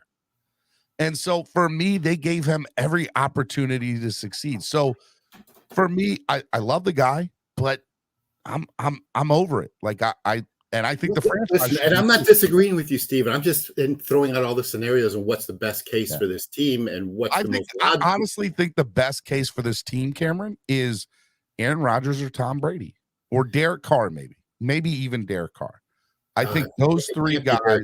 I think it's Aaron Rodgers 1, Tom Brady 2, Derek Carr 3. So those 3 I like, and here's why. Because I think that with any one of those 3 combination of players, you say that they would have to sign him to a lot of money. My personal opinion is, at least with Aaron and Tom, is you could sign them. You could make some pretty good. You could make the contracts work where it helps us. I don't think it would hurt us too much. With Derek, you might have to pay. That would probably be more like Lamar, where he's going to look for some sort of money and contract extension and some guarantees to be the future of the franchise here. But when it comes to Tom and Aaron, I'll put them in their own separate world, Tom and Aaron. I think that they're a veteran. It allows us a gap 1 or 2 years to make a Super Bowl run, right? Because, look, Aaron is only 1 year removed from being an NFL MVP. And he is last 4 years minus this year. The man won 13 games in the regular season. The man made deep run in the playoffs, all 4 years, right? This year, whatever happened, right? So by all indications, he still got it. And I understand that Tom has looked probably the worst of his year, but the worst of his year still is throwing for, he's still leading the league. He's top 5 in passing yards, bro. His worst year of his career, he's still top 5 in passing yards in the league. So the man can still sling it with the best of them. Okay? At 45 years old, however old he is. So for me, that's great, because then that allows you to say after the next year, let's say it doesn't work out. God forbid it doesn't work out next year. Well, now you got all these great pieces and Jalen Waddle and Christian Wilkins and Tyreek Hill, that if you need to get rid of somebody to get a high round draft pick or a first round draft pick, you have them in some of these guys. You have first round draft picks and players because the talent here is good enough for that. So now if you want to go out and get USC's Heisman Trophy quarterback, y'all know how I feel about that man. You know, he's older than Tua. Don't care. Love him. Love that kid. Don't care. Gloss over that fact. I'm just telling you that to me, they give us the best option for the next year to 2 years. Aaron Rodgers and Tom Brady give this team the best chance to win a Super Bowl the next 2 years. Listen, I don't disagree with you at all with that point. And I think this team is built to win now in terms of the offense. The defense is suspect. But, you know, we also have an owner who's not getting any younger and wants to win now and put a Super Bowl trophy in his brand new shiny stadium. Yep. And I get that. And I think that has probably more to do with any of the decision making that's going to happen in this offseason than anything else. And if that's the case, then and I don't think Greer is going to have much say in this, to be honest with you, then I think you're right. And I would prefer Rodgers over Brady, just because I think Brady's regressed tremendously. And to your point, Rodgers is 1 year removed from an MVP season. Yep. Yeah. Look, and by the way, the second options there for another quarterback are Derek Carr and Lamar Jackson. My issue with both of those are with Lamar, he's just as unhealthy as Tua is, right? So if you're making a decision on Tua, let's just say, okay, he just couldn't stay healthy. Forget the upside that he might have. He just can't stay healthy. And then Lamar's not going to be the guy that they go after because he has the same issues, right? So he can't stay healthy either for different reasons, but he can't stay healthy nonetheless. And then with Derek, I believe that Derek is going to want a long-term contract. That same thing with Lamar, but they're going to want some sort of guarantees. So I think to me it's Aaron and Tom 1A, and then Lamar or Derek Carr 1B, and Lamar and Derek Carr hold our future of this franchise hostage a lot more because they're going to demand more money. And if they don't work out, we're screwed. Like, we're just straight screwed. No doubt about it. At least if Aaron Rodgers and Tom Brady don't work out, you can send them off to greener pastures. And we know that there's some really good sophomore college quarterbacks that they look really good. And we got first round picks and players that we can trade to go get a young quarterback if we need to in 2 years or a year. So that's the way I look at it, man. I don't know. I don't dispute it all. I'm just saying, back to my what I said 20 minutes ago is I think, Tua should really think long and hard about whether this profession is viable for him for his long-term health. And right now I don't think, but it's not for us to say, but I think that's what he should be thinking. Secondly, with that said, the best option for this team moving forward, probably the most viable option, probably not the best option, most viable option, is Tua gets a 5th year next year as a starter. But I'll say that, and I wouldn't be surprised if Ross pulls the plug on this and goes out and demands, Rodgers or Brady come here for 2 or 3 years. What is your question, Vonjo? God, pay $1 to make sure your question gets put up. Yeah, pay $5, Vonjo. It's $5 Thursday. Would you trade Tua and Hill for Adams and Carr? Why would you think that Las Vegas would want that trade? And no, I wouldn't. I Tyreek wouldn't. Hill? No, hell no. I love Tyreek. I love everything about Tyreek. I think you also have to understand like that Tyreek makes this offense go. McDaniel's offense. That's why they got Tyreek. But Tyreek also, I will say this, Tyreek is let's win now mode. But that's not answering my question or referring to my statement. This offense is not only built around Tua, but it's the fact that Waddle and Hill make this offense go in a way that no other offense does in the league. Which, by the way, makes me think that every quarterback in the league that wants out, their first destination will be, how do I get to Miami? I want to go play with Jalen Waddle and Tyreek Hill. So let's think about that. Like, what quarterbacks have the skill set to make throws under 2 seconds, make 4 or 5 reads within that 2 seconds, hit the out routes, play RPO and a pass option. Aaron Rodgers. Well, there you go.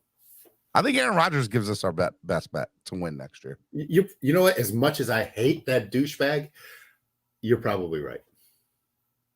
I call him a word earlier, and I still stand by it. I think you're gonna have to report to the principal's office after the show. By the way, he's gonna set up shop in Wilton Manors. You watch. That stupid ass haircut he's got. I don't know, man. I would love to see Aaron Rodgers with our team. I think he'd be great. But let's go back to this year. Let's just hit the rewind button real quick, let's get to the present. Let's not go to the ghost of future. Let's go to the ghost of Christmas present. And the present that we have laid about before us is Teddy Bridgewater for this year. Let's be honest. Do you really think the Dolphins make the playoffs in the right now? That's my first question. Yes. You really think they do? They beat New England and they're in. Okay. If they do, what are the odds that they are competitive in a wild card game against the Kansas City Chiefs or the Buffalo Bills? Very much so. Okay. Tell me why. I want you to give me reasons. Offense is built to score points, which it's showed to do. If Teddy exhibits the skills and the fluidity in this offense that at times Tua has, and remember against I believe it was the Jets, Teddy he was cooking in the first half. He had over 300 yards passing. He has the opportunity to do it. Look, he's worked in this offense all year long. So in your mind, Teddy, if we win wild card weekend, we would have beat the 2 seed, right? For all intents and purposes, it's a crapshoot between Kansas City and Buffalo anyway, right? You take out the wild card and say for maybe the top 2 wild card teams or 6 wild card teams, right? Like you can honestly say, well, yeah, okay, I get what you're saying. There's 7 teams, and I got you. Go ahead. I'm sorry. And arguably, the last 2 teams in are probably throwaways, right? Yeah, I think so. Reminding us all that Cincinnati won, is in the Super Bowl as the 5th seed. My point to that is that once you're in the playoffs, anything can happen. Any given Sunday. This team, as we said, with or without Tua, has the offense to win playoff games.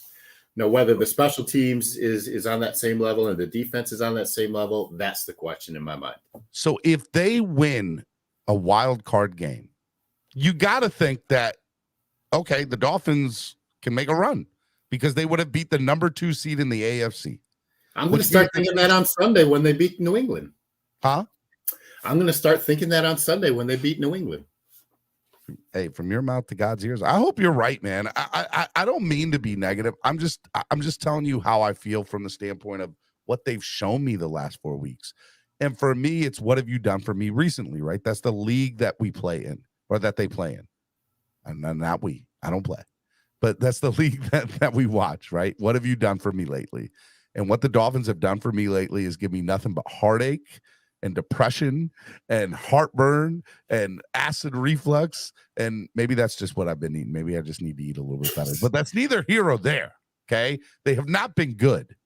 And it bothers me with that. And so it's tough for me to pick them when they played like they played the last 4 weeks. Cameron, do you blame me for feeling this way? I don't blame you for feeling that Okay. way, but I would appreciate the fact that you can look forward to this game with a little bit more enthusiasm than you are. We're a better team than New England, with Teddy or without Teddy, with Tua or without Tua. Better team would hear me? I'm here. Yeah.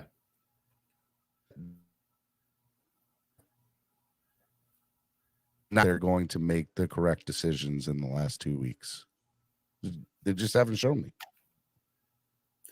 Dude, I'm standing my ground just like someone in the chat said. We're going to win Sunday. And we're going to be in the playoffs. And that's the difference between the past few years and this year. We have an opportunity to win, and we're in. And it's going to happen.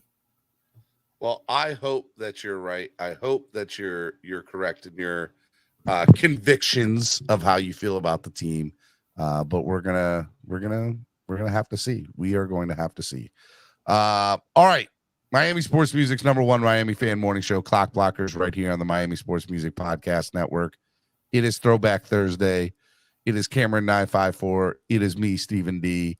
Let's do final thoughts, man. Let's wrap up the show. I think we kind of went over everything. Yeah, let's wrap up. What's your final thought? Listen, my final thought is that we should all be. Listen, I understand that Tua is a very polarizing figure, and it's not like he broke some ribs or he's got a shoulder concussion. Injury is an injury. A concussion is a serious injury that has long time. Could have long time effects on the young man's health, and I'm sympathetic to that. I want him to make the best decision. I think it will be a more stern conversation between he and his agent and the ownership of the Dolphins and how they move forward. And to be honest with you, I think it's in his best interest to at least take some extended time off, whether that means the rest of this year and next year. Who knows? But I think that conversation's on the table, and I think that's a legitimate conversation that he should be having.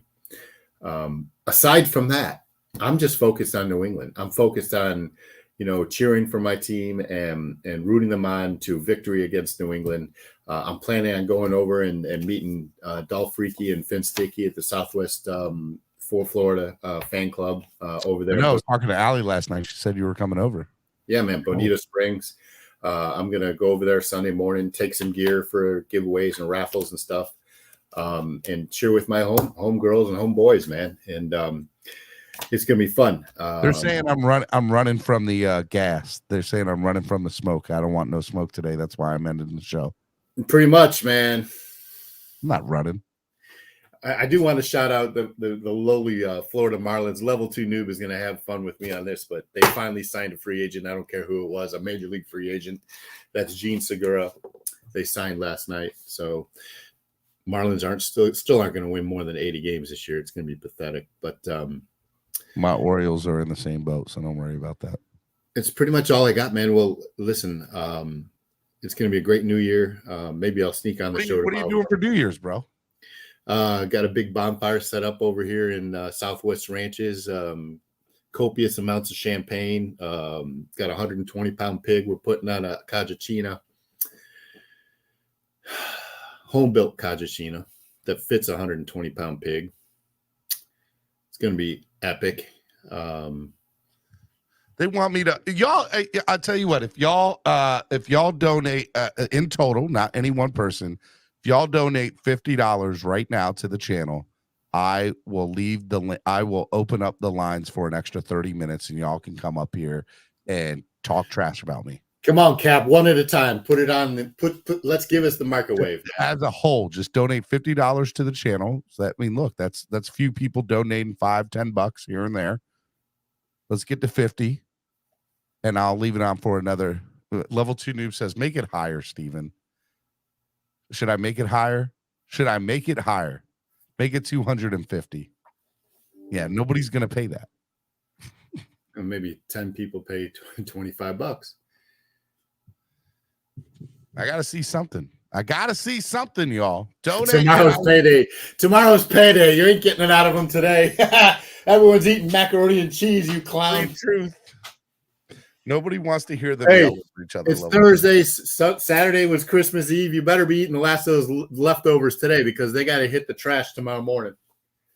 How it's so funny you say that. I was having this conversation with my significant other, my wife. How long are leftovers in the fridge good for in general? So, as you know, I'm a chef. Yes.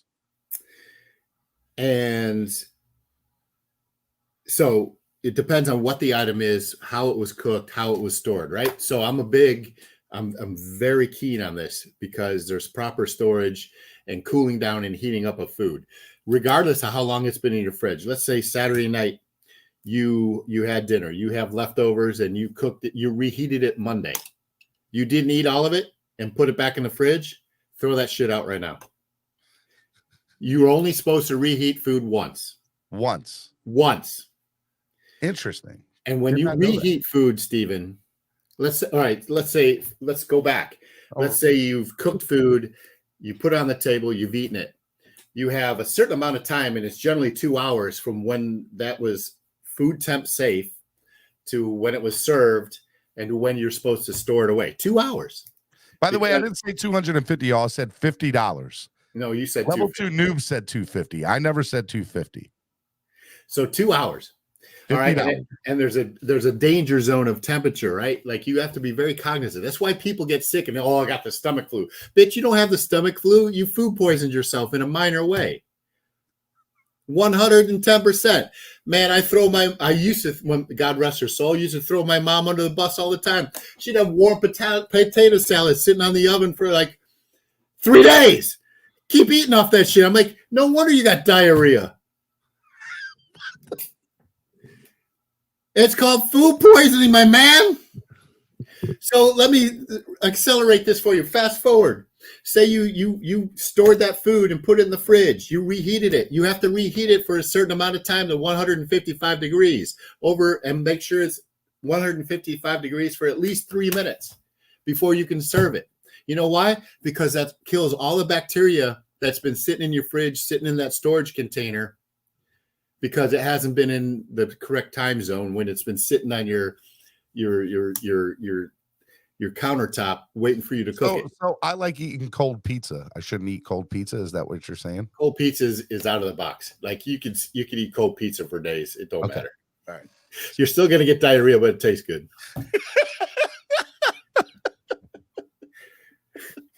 But at least it tastes good. But I'm being dead serious, Stephen. Like you're supposed to cool down food within 2 hours so it goes through the danger zone. It doesn't accrue, bacteria. Store it in an airtight container. The worst airtight container. Okay. Not just a piece of plastic rack sitting in the fridge on a paper plate. That doesn't do shit. Okay. All right. You guys just learned something today. You just dropped knowledge on y'all. Where's it at? Straight knowledge, man. And it's true. Chef Jew knows, man. Apparently, you shouldn't watch game film after 24 hours either. It might get concussed. Color. You ain't had to do it to him like that. What did he say? I shouldn't watch. He said, apparently, you shouldn't watch game film after 24 hours either. You might get concussed. Hey, Color, you might be onto something there, brother. Might be onto something, bro. By the way, this conspiracy theory that this is a cover-up. What do you think about that? Just like every other conspiracy theory. Okay. Yeah, I agree. That's BS. My wife doesn't know how I eat cold pizza, by the way. Huh? Yeah, she's like, I don't know how you can eat cold pizza. I love it. Who, your wife? Terrence says, I got 50 on it. Guys, if you want it on for an extra 30 minutes, I'm going to give you 1 more minute. I'm going to give you 2 more minutes to donate a total of $50. $50. And I will open up the links. I will open up the links for y'all. Can I take a page out of my book, Classic Cooking the Modern Way? Yes. This was one of my textbooks in college in the 80s, believe it or not. 253.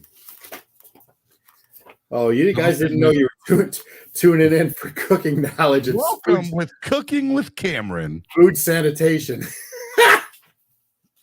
Cooking with Cameron. Oh boy. Reheating. Where am I? Refrigerating. The action of microorganisms and enzymes can be retarded for short periods, and you guys should know about retarded of time by refrigerating foods at temperatures as low as 32 You can't degrees. say that either anymore. I just did. Meats that have been partially or completely prepared can be preserved for a short time by refrigerating the food in plastic bags sealed from which the air has been removed. Thank you very much. There you are. Retards.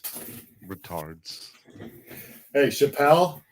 Holy crap last night, bro. Oh, dude. So real quick, I'm talking with Allie last night, and we're going through phones, and I see that you're at Dave Chappelle last night at the Hard Rock. Yes. And I was so jealous. How was he live? Incredible. I had, all cell phones and smartwatches. I had to put in a lock bag because there's no recording whatsoever. And it was awesome. But he went off the cuff. There was Terrence with the $50. Open the link.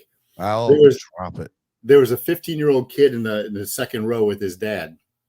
And Chappelle pulled up a chair, called the 15-year-old kid out, and just went off on this kid for like 30 minutes. And it was... What was he calling him out on? Well, he's talking... His name was Dominic. And he asked his dad, where's your mom? Well, I'm divorced, right? And so he just went on divorce and told Dominic what not to do and what to do as far as treating women and how not to get divorced. And it was incredible. He had everybody rolling. He's so good. I love stand-up comedy. I think stand-up comedy is one of the last real free forms of speech that we have in this world. Not to get political or anything, but I love stand-up comedy, and my some of my favorites are Joe Rogan, Dave Chappelle, I like Gary Owen a lot. But yeah, it's Dave Chappelle for me just takes the cake. Like, he's absolute. So I was super jealous you got to see the GOAT last night. He is the GOAT in my opinion, and he is the GOAT, man. I know people will say Eddie is, but or maybe George Carlin. And they're all like Hall of Fame. They're on the Mount Rushmore. Who's real quick before we let Lone Dolphin up? Who's on your Mount Rushmore of comedians? Chappelle.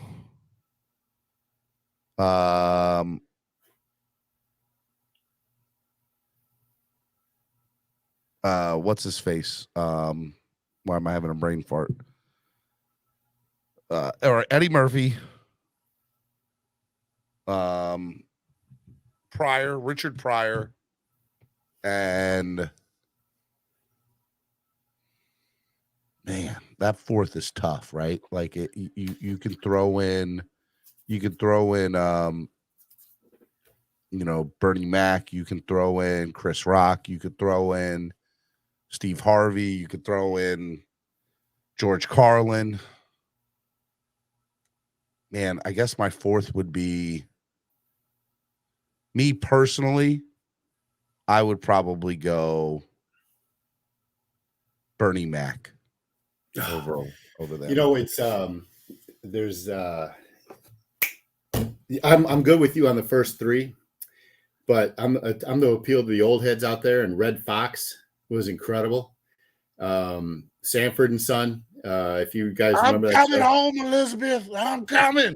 His live stand-up comedy, raunchy as hell for was that the time. Precursor to Richard Pryor. I know, he's so good. I love him though. Red Fox too. Red Fox, that's who I meant. And Louis C.K.'s up there, and Jim Belushi. Jim Belushi's up there for me. Belushi's great. Patrice O'Neill's awesome. Yeah. All right, let me bring on. All right, I first person I'm gonna bring on. Yeah. Lewis. Oh. Good afternoon, gentlemen. How are you? How are you, buddy? Stephen D. Yes, sir. It's December 28th? It's December 29th, sir. 29th, bro. 29th. Mark this day in history. I am finally 1,000% on your side, Stephen. The season is over. Doom and gloom has finally hit. Doom and gloom is finally hit. Doom and gloom is here. Enough of this. I just would like to ask Cameron his opinion real quick, because again, this fan base has, or this organization has been lying to Lewis. This organization has been lying to this fan base for the past 25 to almost 30 years. Mike McDaniel comes out in his press conference on Monday and says it comes across my desk that Tua Tagovailoa is checking himself in, and it comes out that he's in concussion protocol. Those are not my words. Those are Coach McDaniel's words. All of a sudden, Wednesday afternoon, Coach McDaniel hops his happy ass back on the podium and says, in a film breakdown, me and a couple other players noticed that Tua Tagovailoa wasn't right, and we asked him to go to the nurse and check. So who's lying? Hey, Lewis, I'm going to stop you. I'm going to stop you right there. So this is factual, and I can't tell you how I know this, but it's factual. Like Tua self-reported it on Monday morning to the team trainer staff prior to going to his meeting with Coach McDaniel. McDaniel, not knowing this, reported that Tua should go to the training staff. And that time Tua told him that he already had reported to the training staff after their meeting. And so whether that's, he said, she said, what have you, that's kind of the timeline you're going to see coming out for the Dolphins. Okay, well, I'm just saying. What is he just saying, Cap? What is your boy Lewis trying to say, Cap Life? And oh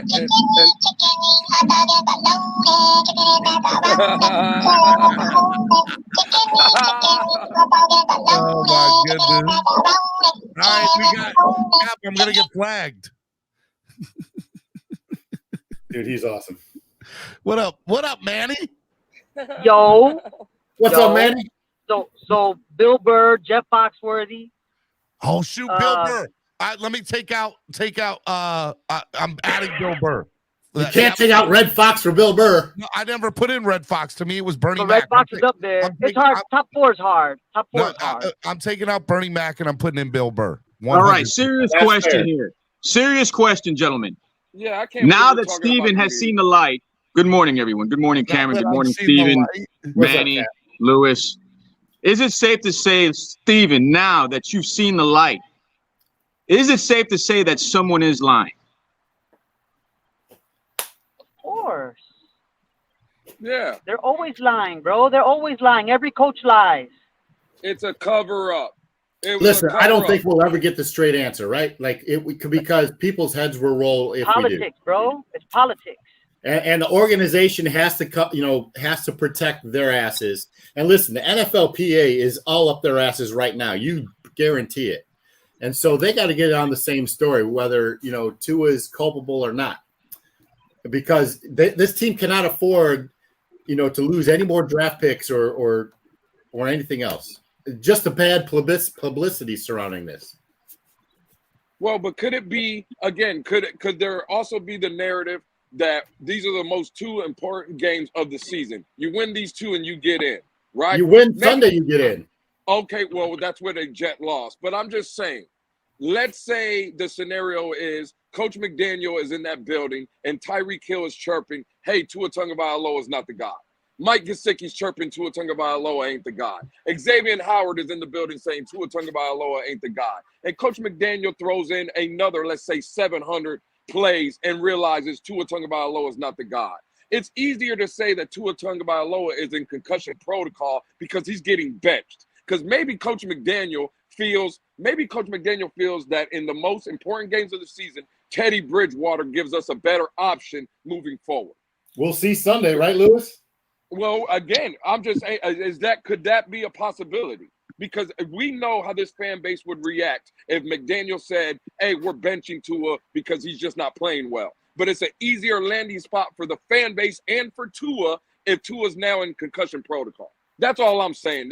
It just seems to me something is fishy. Well, Lewis, like I would say this, man, and listen, it's a viable point, but I'll tell you this. prior to the Cincinnati game, prior to the hit by Milano, he was cooking, right? He showed marked improvement. This offense was clicking on cylinders we hadn't seen before. Milano comes in, takes him out for a game and a half. He comes back, he plays one play and gets ragged out by Cincinnati. He hasn't been the same since, and that's not up for argument. He plays a good first half against Green Bay, throws for almost 300 yards. Both Waddle and Hill have over 100 yards receiving.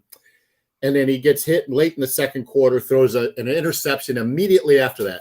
If you look at the stats prior to that hit and post that hit, it is indisputable to me that something was going on.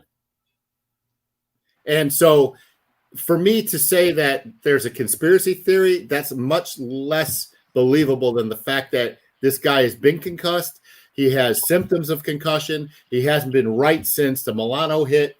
And I think that's where this team. But he has had good performances since the Milano hit. Yeah, that's what debunks that whole narrative. Wasn't he having a great stretch in this 5-game winning streak? Even in that Buffalo game after the Milano hit, he threw a big-time throw to Waddle to help us win the game. So that debunks that whole narrative. But Crypto, it's so possible, but the facts are there. After that hit in the Green Bay game, he wasn't the same quarterback. Yes, he was, because even in the Green Bay game, he was making big time throws to receivers. Even on that last drive, he threw it in his. Even on that last drive, he made a right read to make a completion. Not true, Crypto. In the first half, yes, it is. No, it's not. Before that first half, he had 17.9 yards. You're just going by the sheer numbers. Don't let the numbers deceive you because of the 81-yard touchdown pass. It ain't deceiving, brother, man. Facts are You're letting the numbers deceive you because he had big time numbers. The 84-yard touchdown pass and the 60-yard pass made up the bulk of his numbers. You gotta make those throws. You have to make those throws. But that was more a run after the catch, and the second one was a throw. After the catch, Tyreek Hill had 3 inches after the catch. But he still made the throw. The point is, you're looking at the numbers. You letting the numbers deceive you. Can I ask a question? Can I ask a question? Steven, put Colors comment up, Steven. I know you see Colors comment. Put it up, Steven. There you go. There you go, Cameron. Talking about Cap. There you go, Cameron, right there. That's that. 8 for 12 before the hit, 7 for 13 after the hit. So the completion percentage is pretty much the same. Color, pull up the yards per completion. It doesn't matter the yards per completion. It's just the receiver that took the ball the distance in the first 8 for 12. Yards per pass attempt were not even close. Not even close, Crypto. That was the design of the play and the quarterback making decisions. Oh, the quarterback making decisions, exactly. He wasn't making the right decisions. He wasn't going. He wasn't making the right decisions in the Buffalo game when he could have had an 81-yard touchdown against the Buffalo Bills that he neglected to throw. Talking about Tannehill. Tell the truth. Why are we still talking about Tannehill? You have to tell the truth. No one said nothing about Tannehill. No, it's the same thing, bro. He's not our quarterback no more. Can we talk about the future? Can Bridgewater possibly, win this fan base over? Can Bridgewater unite us with a good playoff run? No. Brother man, all he has to do is win that one game. I'm talking about he's going to need more than the one game. He needs to win in the playoffs. 100% he does. Would he then be able to win? It's not going to be Teddy in the playoffs, Manny. Good afternoon. It's afternoon, by the way. This is what's going to happen, guys. This coach is fired. This is what's going to happen. I already feel it. They put the wrong guy to start in New England. We're going to lose the game, okay? It was the wrong decision. I don't think we're going to beat the Patriots with Teddy. I'm sorry, Teddy. I love you. But week 18, listen to this. Week 18, it's going to be Skyler versus the Jets. 19 is going to get us in the playoffs. Listen to this. I love numbers because week 19 is a wild card game. 19 is going to be starting week 19. He is going to win us a playoff game. I promise you, fans. I feel like this is going to be the 50th year anniversary. Welcome to the Miami Marlins when they won it in 2003. It's going to be a run that's unbelievable. And for some reason, I'm telling you guys what I honestly feel. Pete, you've been talking. Super Bowl is here. Pete, you've been talking. Pete, you think he is We're Nick gonna lose Foles? Oh Pete, man. Pete, you think Skyler's Nick Foles now? He's our Nick Foles. I'm telling you, look, this is what I didn't get because I came back and I was surprised Steven dropped the link. This is the rebuttal that I have to you, Steven and Crypto. Listen to me. This quarterback that we just lost, like, first, before I even get there, let me ask you guys a question. Listen like this. It's a simple question. Is this a player-led locker room? Is this team led by the players or by the head coach? Players. Twitter. It's a player. Twitter. It's a Twitter-led locker room. Okay. The coach is trying to be a player. Okay, so we know it's a player-led locker room. Y'all listen to this when I get there. How about this?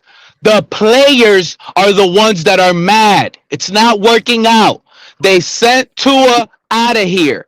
They feel they can win with the backup, whomever that is. Whomever that is. This team got better, in my opinion. Simple and plain. Stop that, Von Joe. Because I have bad reception. Von Joe says, yeah, we should have just avoided the panel, Stephen D. I hope you immediately regret it. Von Joe, stop. Von Joe, stop it. You can't hide the truth, VJ. Von Joe just disappointed that Landon Roberts will be our starting linebacker going He's forward the on this best linebacker franchise. we got anyways on the team right now. Even if it's not saying much, he's the best we got right now. Oh shit! It's not saying much, but Baker's trash, and I don't know why Egwin gets in on goal line situations. Stop talking, DC. This is not over. It's not over. Cap, this one's in the refrigerator and the Jello is jiggling. Oh God! Oh God! Hey, Crypto, we already talked about the proper temperatures in Jello and being in the refrigerator. Let's The Kool-Aid turned to Jello, Cameron. Hey, and by the way, I reheat food countless times until it's done. How many tums you go through? Oh, I mean, you know, regular. Heartburn City, man. I'm regular. And it's good for weeks, bro. Like 3 weeks, maybe.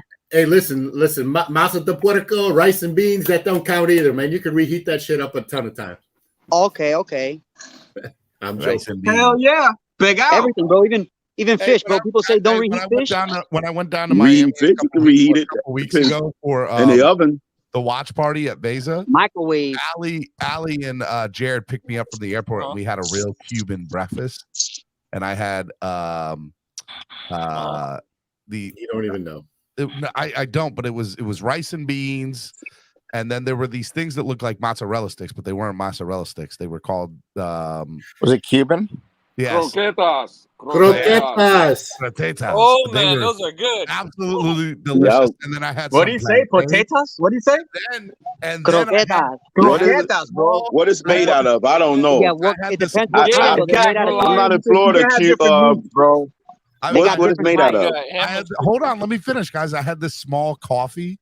It's called what is it called? Coladas, bro. Yeah.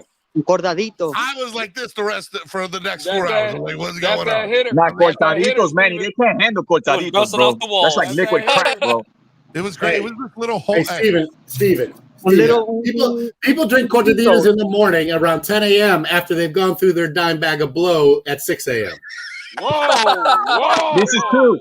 This is true. This is true. The 9 bag of God damn. That's facts. Cameron, don't let out the Cameron. Don't let out the secrets, Cameron. It's facts, though. Tell me I'm wrong. You get that around 8 a.m.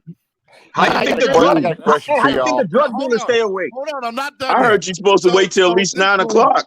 This was in a shopping center. Inside this shopping center was a funeral parlor, a funeral home. I have never seen a funeral home in a shopping center. Welcome to South Florida, bro. It's probably next to a liquor store on one side and a daycare on the other side. Bro, I've never seen a funeral home. Don't forget La Botanica, baby. 3 of them. I saw 3 of them that morning. And the end of that plaza, the Coin Laundry. Come on. The city of progress, baby.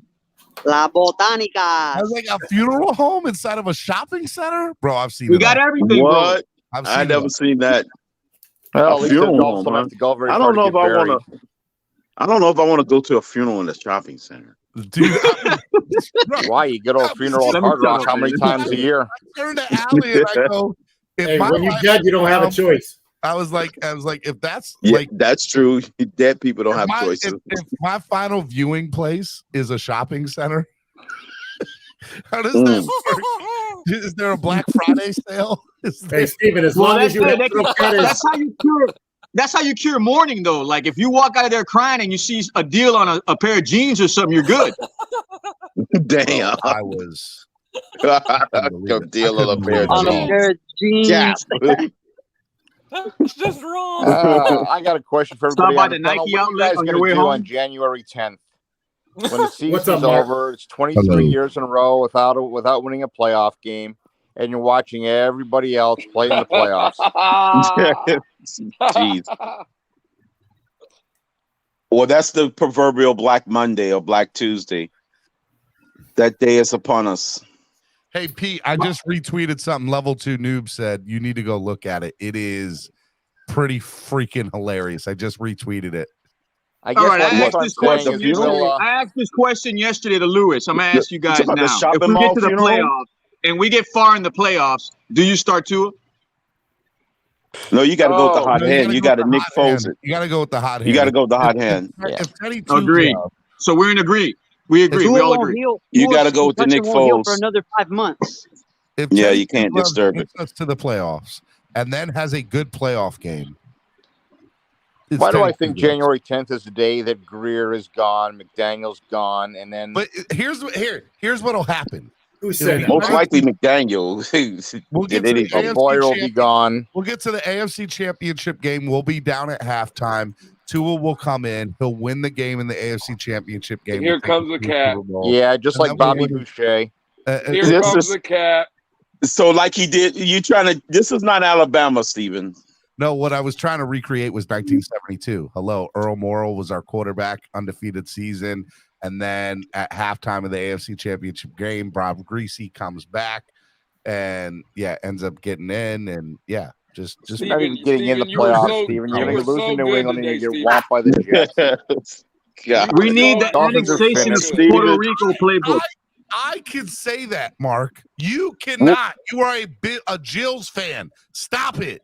Stop. No, I'm not going to stop it. Your team has lost 4 in a row. You faded out of the abyss from the AFC East league. Mark wants everybody gone. He wants Stephen Ross 6 feet deep. Mark, guys, hello. Can you guys hear me? Wait a minute. Hold on. Stephen Ross ain't dead yet. Crypto, hold on. DJ. Lewis, according to Mark, listen for a second, guys. I'm trying to listen to the show, but I have this Muppet. This M. I think it stands for Muppet.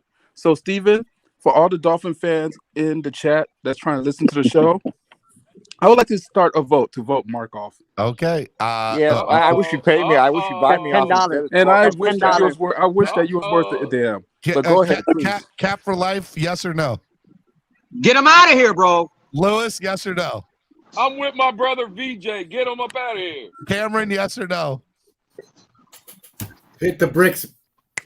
Lone Manny, yes or no? I'm not liking this new process we're going through, but I guess so. Get him out of here, man. Canes 1989, yes or no? Crypto, yes or no? All right, you're out of here, Mark. Hasta la pasta, bro.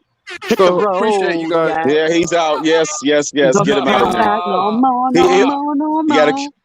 That's how democracy works. I'm glad you said that. I'm gonna get that little song. Hit the road, Jack. We got a family meeting, Mark. We'll see you on January 10th. We'll see you on the Phins tailgate. Mess. Talking about all that mess. Did Bon Joe just come up here to start a vote and then leave? Yes. That M was disturbing. I was like, I'm trying to listen to the show. Let's get this guy off. See, that's what I'm talking about, people. That was a quick family meeting. We committed to the show. We can't talk to no AFC East fans until after the January 9th. Well, I mean, Master at Works, he's gone till next Tuesday. He can't come on at all till next Tuesday. So. Oh yeah, that's right. Somebody got him out for 100. Flipside Fishing voted that man out for a week. He said, "I'm out."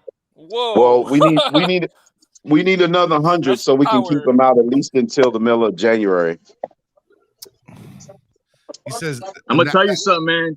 That's one thing you don't want to be, Steven. Officially the Clock Blockers fan of the year. You don't want to be on the receiving end on a Master at Work movie production, bro. That man is dangerous, but an evil genius at the same time. Yeah, he is. He got some crazy videos. I like his I hope content. he's watching this. Master at Loser Productions. Hope he hears me. God, if Mac Jones pulls an upset against us, do you understand the amount of scrutiny that we're going to get, bro? It is absolutely. Oh, yeah. It's pretty much. We cannot lose to Mac I wouldn't Jones, be bro. surprised if Stephen Ross start firing people and don't wait till Black Monday. He'll just fire people right then and there, right after the game. Hey, you know what? Let me ask this real quick. Panel. If the Dolphins don't make the playoffs, does Mike McDaniel get retained? Yes or no? Round the panel. Go. Yeah. No. Yeah. No. Yes. Nah. Yeah. I want to hear. I want to hear the yeses. I want to hear why on the yeses. Yeah. Why on the Pete. Politics. I got to hold on. My mom is calling me. I'll be right back.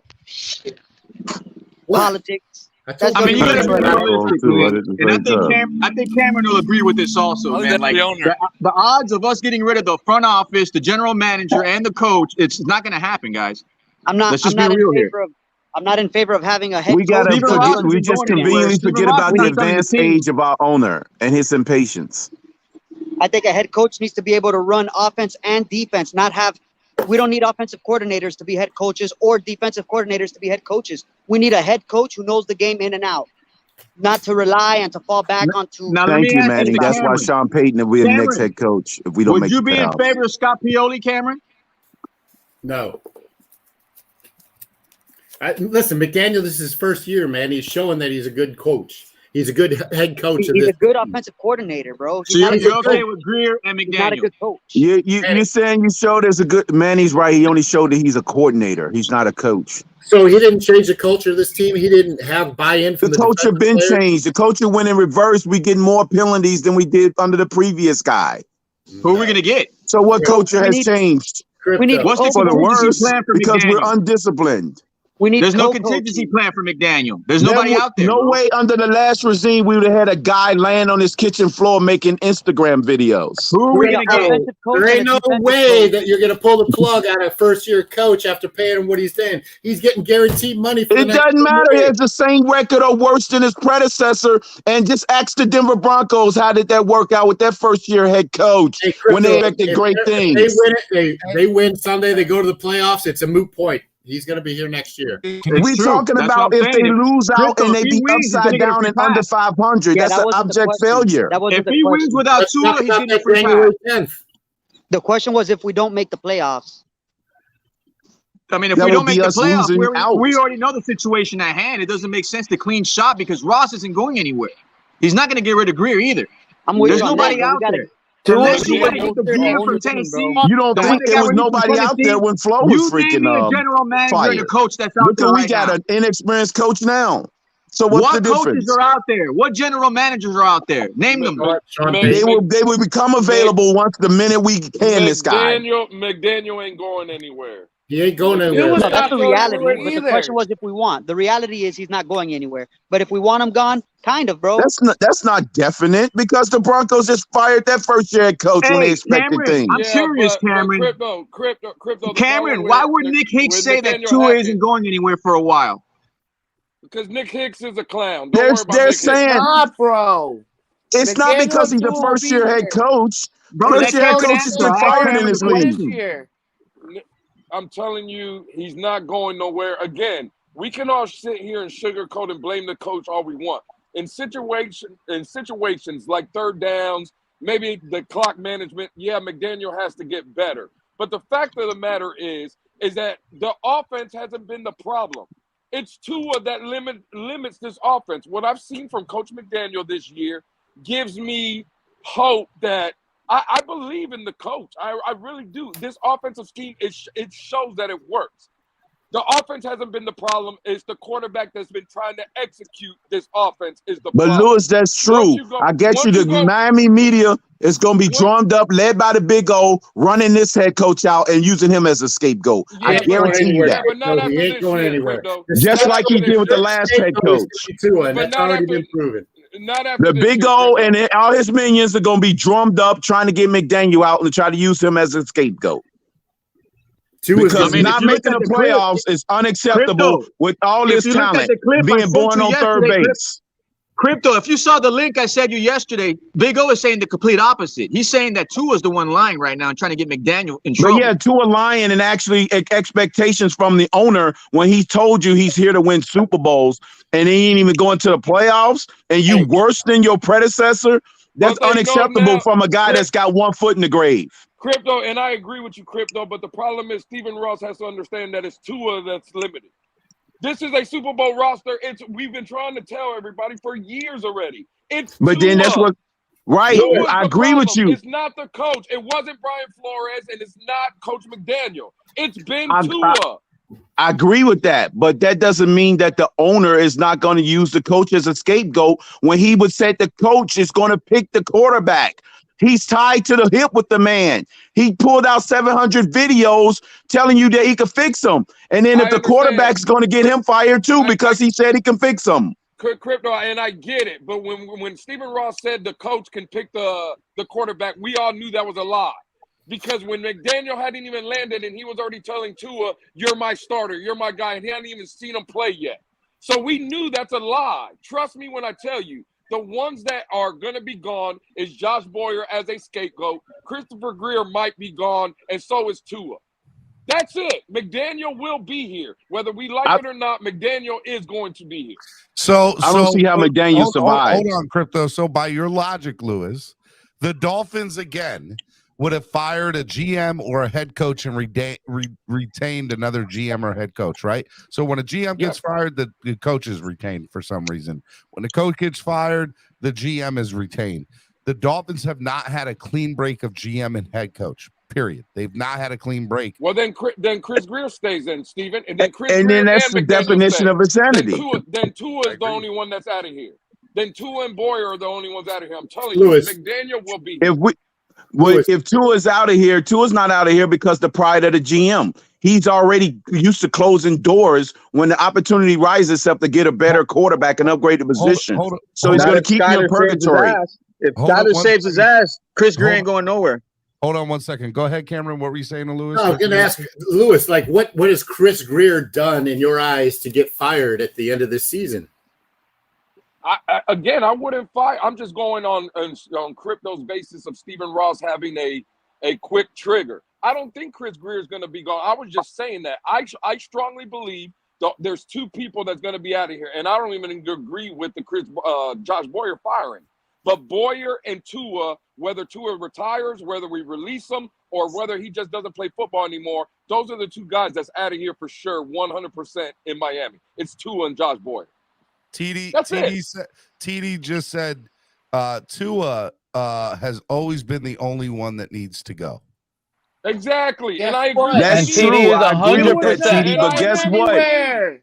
This owner doesn't believe that. What are we talking about? And Chris Greer doesn't believe that.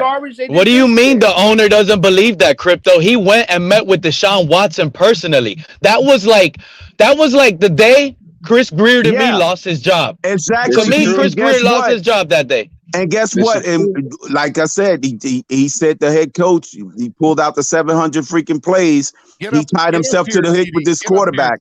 That's why I'm telling you, if we miss the playoffs, I know what I'm telling you guys. Greer is gone. Tua is gone. McDaniel is gone. Yeah. All I know, and a lot of the players that we love on this team could potentially be moved. Nobody is safe with a new GM. We have to make playoffs. A new head coach comes with a new quarterback. Ever since the concussions happened, bro, it hasn't been a good look for Tua. Not being honest twice about the concussions, holding information. A doctor got fired, a coach got fired. It's not a good look for Tua.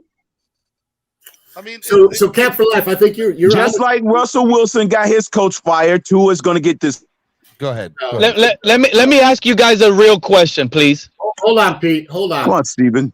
Like, hold on, Crypto. Like, Cap for life. Like, listen, like, Tua is the common denominator here in everybody's eyes. We can say that, right? Whether Correct. it's his inefficiencies or his injury history. Correct. Chris Greer built this team around your quarterback that's supposed to win a championship, right? And you don't pull the plug on Chris Greer because he put the pieces in place because your quarterback failed him, right? I agree. You bring in a quarterback, to Steven's point an hour ago, that can win now with the team that's assembled now. And listen, the more we look at it, the more that's the way this thing's going to go down. I mean, Chris Greer drafted Skyler also. Cameron. Hey, I got a question for you guys. Everybody up here, answer this to me, please. I just don't trust the owner that that's going to happen. Hypothetically speaking, Tua throws for 375, 4 touchdowns versus the Packers. Monday, he gets concussed. He's in protocol. What are the conversations like now? Are we still talking First of all, retirement? he's not in protocol because his feelings Are isn't we hurt. still talking retirement? No. And No, again, because he won't be in protocol because he would have won that game and he won't have his feelings to be hurt. Exactly. He wouldn't even have been in protocol if he would have did that. If he would have had 375 and 4 touchdowns, Tua would still be the starter. I expected that answer from you two guys, though. That's the thing. Steven, I want to hear something from you and Cam. What's the question? Repeat the question. Won't even listen. He ain't even listening. When you see how 2 years don't even listen. See how 2 years don't even listen.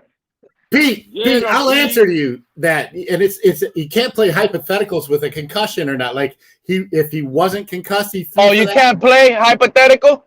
You can't play. Y'all been playing hypothetical all year with this guy. Not me, bro.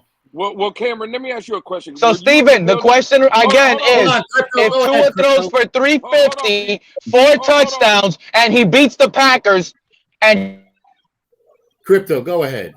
Hold on, Pete. Hey, Cam, were you in the building? Were you on the building Sunday for Christmas, Cam? Were you at the game live?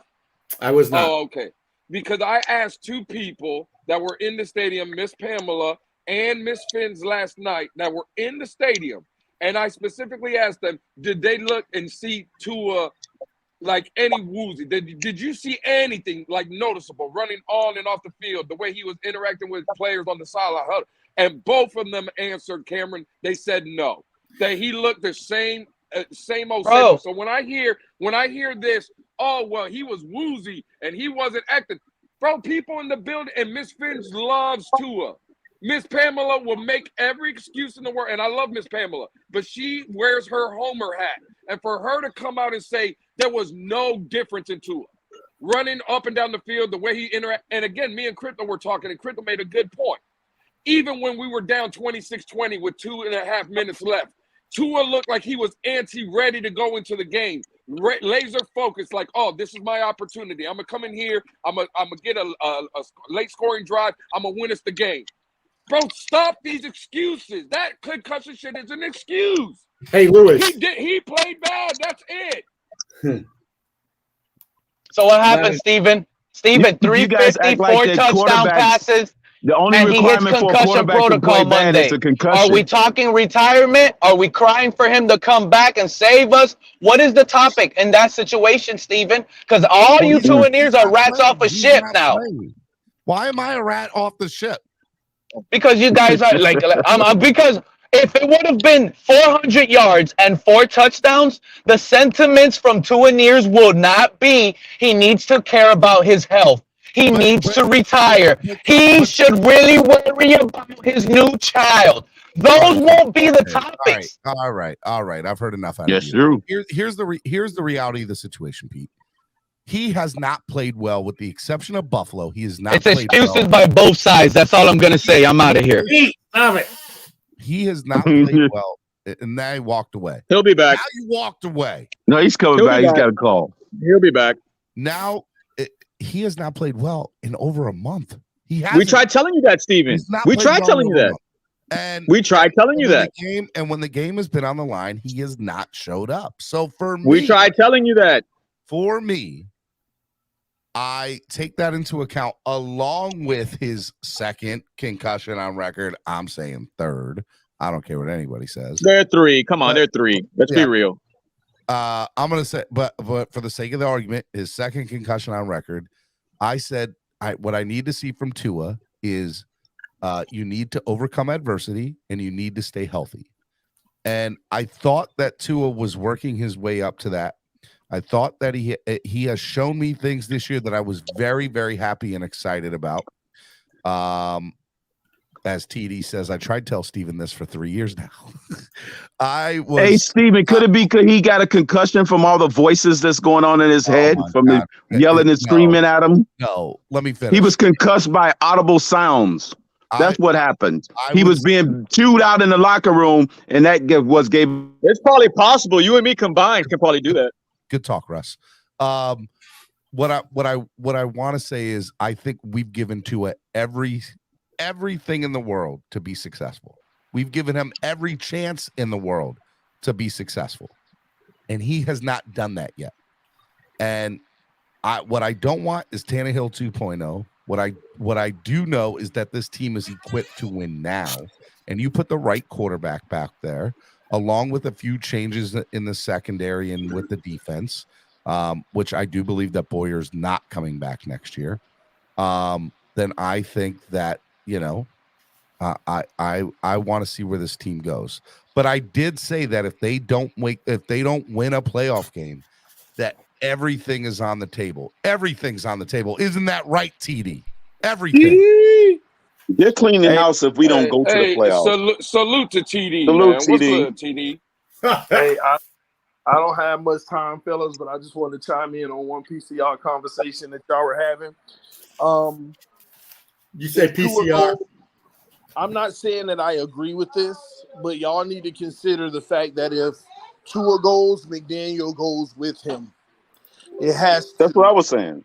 And let me tell you why. McDaniel was hired and attached to him.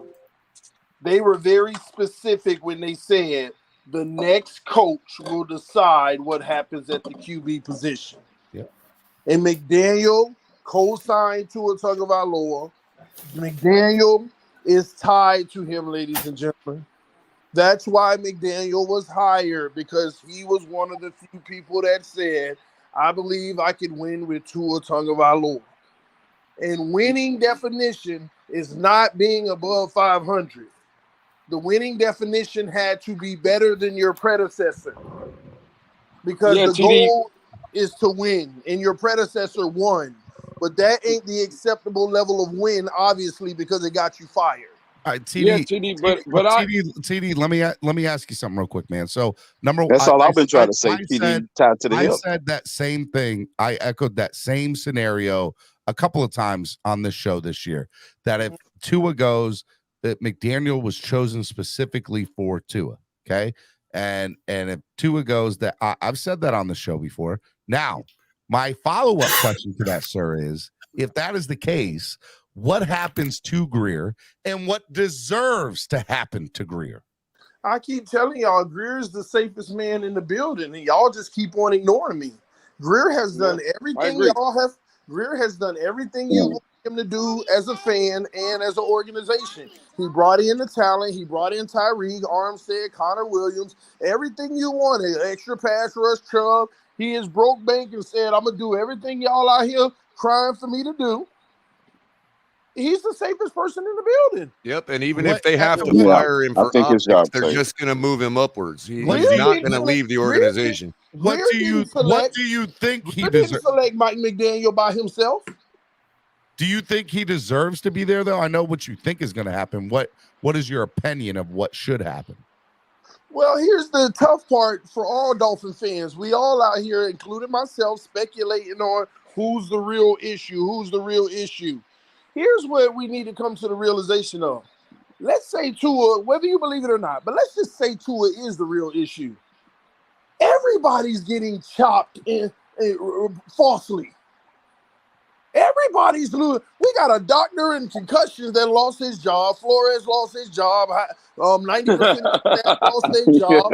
I mean, everybody's getting chopped in the name of Tua Tagovailoa, and they're getting chopped falsely because we think that we thought that Tua wasn't the issue. And if it turns out that he is the issue, whether it's health, because remember, McDaniel won't be able to use the health excuse. Flores dealt with 3 times more injuries. If you want to talk about the offense and the quarterback. I mean, So, it's 2.5 TD, games, and this might be 3.5. Yeah, but that's where the Go coach back and see how many games did. I got an advanced question for you on that, TD. I got a more advanced question for you. Who was the first person to get fired when all these firings started because of Tua? I'll answer that for you. That was a rhetorical question. I'll answer it for you. It was the communications director for online communications fired by Brian Flores last season. Yeah. For the same reason, because they needed to control the optics about Tua coming out of the building. That wasn't the first person fired. Tua been getting people fired since the day he was. That's what I'm saying. That's what I'm saying. The first one was the digital communications director. Tua got every offensive lineman coach fired that we had because he couldn't overcome. Because look, if you were one of those mobile great quarterbacks, you will make your O-line look a lot better than they are right now.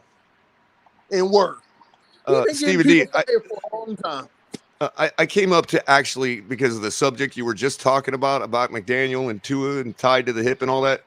I just came up specifically to say to Lewis, because I know he was about to tell TD, well, what about the fact that we know, behind closed doors, it ain't the same. Like, there's a different discussion than what Ross said to us about whose responsibility the quarterback is in the public eye. And what I was going to say to Lewis earlier was that that's valid, but the thing of it is, we're not supposed to know about all that. So when it comes down to a cutthroat billionaire businessman, he don't care about McDaniel's feelings and what he might have promised him behind closed doors. All he cares about is what he told the public, and he told the public the quarterback choice was the choice of the new head coach, and that's whose responsibility it is. I agree with that. Ross don't care. He'll pay the bill. Ross will pay the bill. Thanks, McDaniel. Here come your money. Bye. I agree. And I agree with that. And I agree with all that. But what I'm saying is, when Stephen Ross also looks at the facts, bro, the offense, when you got Tyreek Hill and Jalen Waddle, Trent Sherfield, River Craycraft, everybody in this offense is running. That's why it would. You're just listing reasons why it's a travesty if they do fire him. But they're not. I'm listing the reasons of why they will not fire him. Because at the end of the day, Stephen Ross is going to look and say, man, if I go get me let's just say for the sake of argument, Aaron Rodgers, and insert him in this offense when I know I got Tyreek Hill, Jalen Waddle, and the likes. Bro, he knows he can win a Super Bowl. Lewis, that's the problem. Here's where I'll push back and where I'll say Ross would fire him because of those reasons. And here's why. All this talent we brought in, I could have had Adam Gase here and we would have won 8-9 games. Yep. And that's what the next 2 or 3 games are going to determine. Where Mike McDaniel stands with Ross. Mike McDaniel stands with Ross. If we get into the playoffs with backup quarterbacks, that's on McDaniel. And he'll save his job. If you don't get in the playoffs with him, it's a failure. Right now, in y'all's opinion, if it's not Sean Payton, who are you going to get to come in here that's better than what Coach That's McDaniel what I'm saying. You're not going to find nobody else, bro. There's a lot of. Let me answer this. All right. So you might be overrating Mike McDaniel right now. I think if McDaniel is let go for whatever reason, my hope is that it is a second-time head coach who had semi-success wherever he was at, but ultimately failed, and that he will learn from his mistakes the first time and puts together a great coaching staff with a pro offensive coordinator. And I wonder who fits that description, Stephen D. That's what I want. There's one man that fits that description. Former head coach who has failed in the NFL before, but knows how to put a good coaching staff together. That's what I want. You had to add that caveat. Okay. You know why that's a big mistake? Why? If Tua is as bad as we perceive him to be, we had him in the MVP race. He's not missing 2 games. He was in the MVP race for missing. So if we actually, the MVP is not over 4 games though. If we actually put a good quarterback we had in there him in the MVP race because wanted to have him in the MVP race. We were winning games. We were one of the top teams in the league. So it's easy to just say, hey, that's how MVPs are. That's the starting point for MVPs. Let's go look at the top 5 records in the NFL. Look at their quarterback, and if they got good stats, they're in the race. That's how that happens. But if we watch those games, it is a travesty that this fan base had him in the MVP race. But it's also not a travesty because it's what you do as fans. But if you are a real objective football analyzer and take fanhood aside, nobody would have ever had him in the MVP race to begin with. I don't know. Emmanuel Acho had him. He won a lot of close Of course, games. Acho. He can't. There's a lot of things that Acho is holding with I Tua. thought it really truly would have been fair. It would have been fair.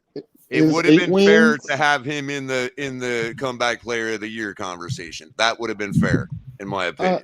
To TD's point about taking your fan eyes off, you know. To TD, let me ask you. I'm going to ask you 2 questions. Question A. My first question to you is: do the Dolphins make the playoffs? Yes or no? I don't want to answer that, Stephen, because it hurts my feelings. There's your answer. Say it. Say it. Just say it. We are making the playoffs. Say it. I want. There's only one. Please say it. Somebody please say it. Oh, God. It all depends on the stupidity of our next 2 opponents, Look, whether or it's not we really a make the matter of your playoffs. conviction. Hold on. It's really a matter of your individual conviction on how you believe to Teddy or Skyler measures up to Tua, whether equal or better. If they're even equal, we should make the playoffs. Go ahead, TD. Okay, that's the way to run a different offense. We'll make the playoff because the legend of Tua must continue. Okay. If the Dolphins do not make the playoffs, and actually, I'm going to do you one better. The Dolphins don't win a playoff game. Okay. If they do not win a playoff game, what do you expect to happen next year from GM, head coach, and starting quarterback? Just curious what your thought is with that moving forward if we do not win a playoff game, TD. Here's the saddest part of it all. The Dolphins will drop the ball again, double down on where they are. But this time, I think they'll continue with Tua, unfortunately. But the issue with that is they're going to go put even more money in backup quarterback. And then we're going to have the controversy once again. I mean, they'll actually go out and probably get a guy like Jimmy G to back up Tua. I mean, they will do something like that, just to double, triple down. And it's going to, and once again, it's the same You don't old think we Dolphins. stick it out with Skyler? That's called insanity. You gonna keep Skyler at the 3? Skyler is the guy. Everybody wants the mustache, bro. Everybody wants the mustache, TD. For what? Yeah. Skyler is the developmental piece. They're in no rush with Skyler. I just don't think that. I mean, if they've already listen, you got to recognize that they dropped the ball by even having us in this position. They choose Tua, and this is the position they put us in. People need to start coming to that realization. We're in this position because you choose Tua, and this is what you knew would be a potential with him. So now that potential is actually and in that sense, you can't blame Greer because he shut the door. Pete's take says, Steven, I told you for weeks he was derailing, meaning we were going to miss the playoffs because of Tua. It's better now. It's playoff time. Skyler's going to save it. And y'all act like it's this new anomaly. Anybody who was watching me the last 8 weeks, I told everybody this would happen. We win in these 5 games against these raggedy opponents. As soon as we get to San Francisco, y'all better be lucky if we go 1-4. I took it all the way through the Green Bay game, and I said, you'll be lucky if we go 1-4. Everybody killed me for it, but here we are. I've been said this. We're struggling as a team. Hey, man. Yeah, as much as we've definitely been figured out. That's no doubt. And I agree with TD on the biggest point, and that is the Dolphins will drop the ball again in the offseason. They will have the answer there at their fingertips, and they will choose not to make the correct decision. Steven, I have to ask So if they start Tua, Steven, the problem we have as a fan base, though, is we won't recognize that we dropped the ball to begin with by selecting him. That's the one thing. That's the cardinal sin we don't want to admit. Oh no, we'll know now. We'll know now. You pretty much spit in our face 3 times. We know now what to do. So based on the interview we saw from Teddy and the comments that Teddy made yesterday, is it possible that we could be looking at, to TD's point about the team struggling and having team issues, because we all acknowledge, forget too, we do have issues on the team. But based on the comments Teddy made yesterday, could those issues be simple leadership issues? In other words, when a team doesn't believe in a guy, they're more apt to make small little detail mistakes. I'm glad that Color brought that up, because I think that who was losing the locker room. I think absolutely. If they're ready to play for somebody besides Tua, we could see a lot of those mistakes evaporate. I'll do you gentlemen one better. Tua's already lost the locker room. Yeah, you're right. Absolutely. Yeah, he is. Bingo! Yeah. All I'm saying is, I wouldn't even go there. 1,000,000%, bro. 1,000,000% to Jamie Howard back now, bro. You're wasting a Jamie Howard's years, bro. That man is not going to be happy. Only reason I was that TD's talking about, those issues TD's talking about, could evaporate if that's what they were caused from. Yeah, but it's not evaporating this year. It'll be next year, because Teddy Bridgewater is limited. Hold on, let me state for the record. I'm looking forward to Black Monday. Does anybody want to talk about Black Monday? Wait. Let Steven go. So hold on. So let me state for the record. This is why I feel this way. Tyreek went on his podcast and said that Tua has already had his last chance. Okay, he already had his last chance. And if Tyreek is on his podcast stating that already, okay, he said that on his podcast. When? This last podcast that came out, he said this is Tua's last. No, it was like the second one. I think it was the second one. It was his second one. Yeah, he said that this was his last chance. Everybody knew that this was Tua's season to prove it or lose it. Or lose it. So my thought of this is, after this 4-game losing streak, and after him getting hurt, that they're going to have, if this team, this is my problem with Cameron's point of view earlier. Cameron said the Dolphins are going to have a short book. They're going to look at the next page and they're just going to go on to the next chapter.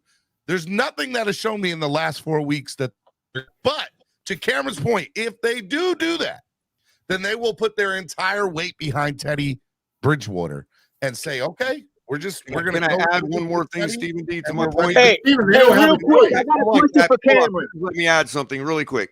The comments yesterday to me were stunning.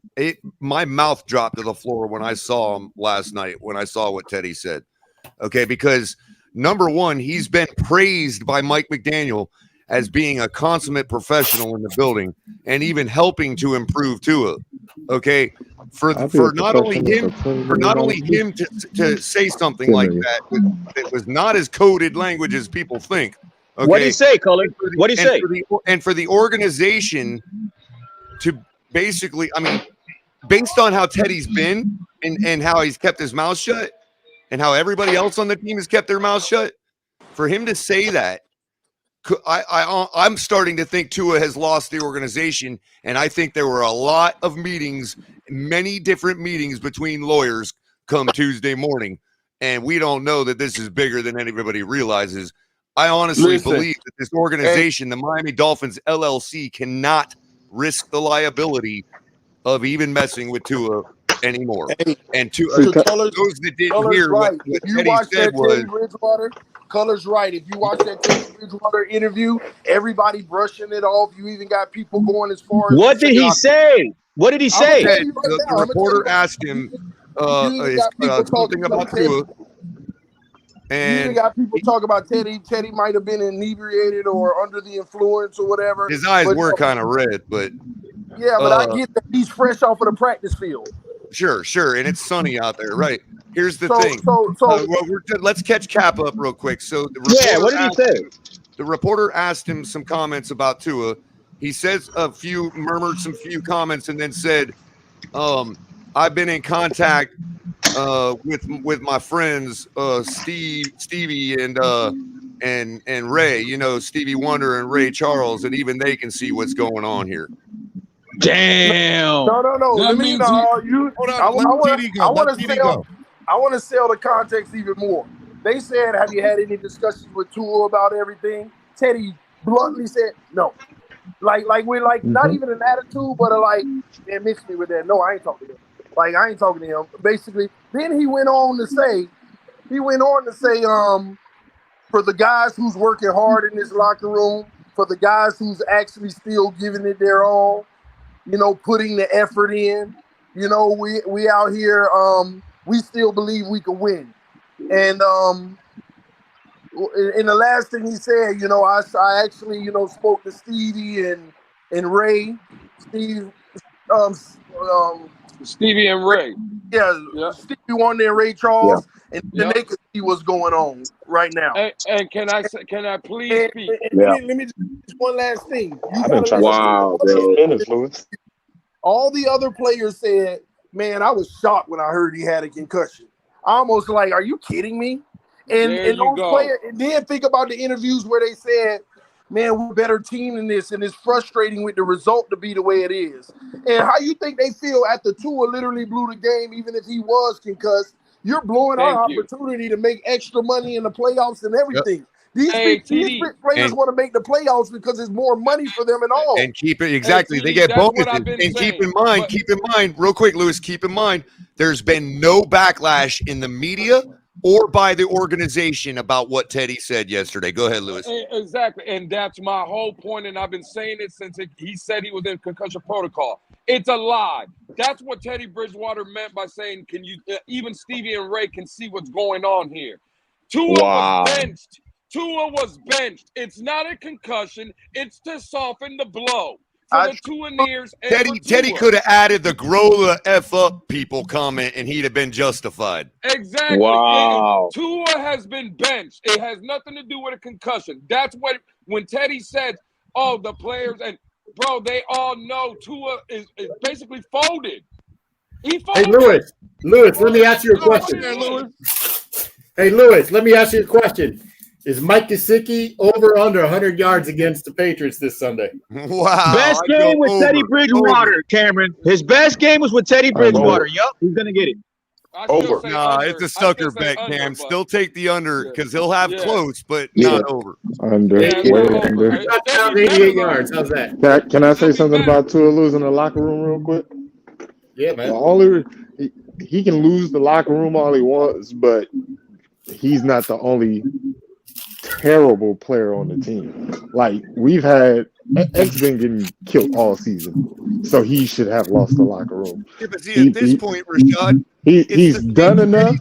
X ain't got the locker room. X ain't got the locker room. I agree, but what I'm saying is, I feel like Javon doesn't have a locker room. The only person who has a locker room is Christian Wilson. Rashad, if what Teddy said is the sentiment of the locker room, and it's been going on longer than just this week, then we have to throw everybody's performance out the window because it's no different than when they come back at me and say, "Well, Color, I can't stand Teddy's body language. Look at the way he acts." Well, wouldn't you act that way if you knew what the score was? Yes, I understand what you're saying, Color, but what I'm saying is, as a fan, I don't care there is no locker room. Nobody should be getting along. We were 8-3, and we suck. I don't care. No, he doesn't have the locker room. Neither do you. Neither does nobody else in here. Ain't nobody stepped up. Ain't nobody said nothing. Ain't nobody did nothing. You're right. We were 8-3. X tried, but you know the coach doesn't have a locker. The propaganda machine wouldn't let him. So that's a good point that's made there, and that's why I say the Dolphins are going to go in New England and win, because this team knows, the players know, the locker room know they're so close to their goal of the playoffs. And they can see the path to the playoffs. Cameron, you've been a Dolphins fan. You've been a Dolphins. Hold on. I want an answer to the overall sentiment of the chat without singling anybody out.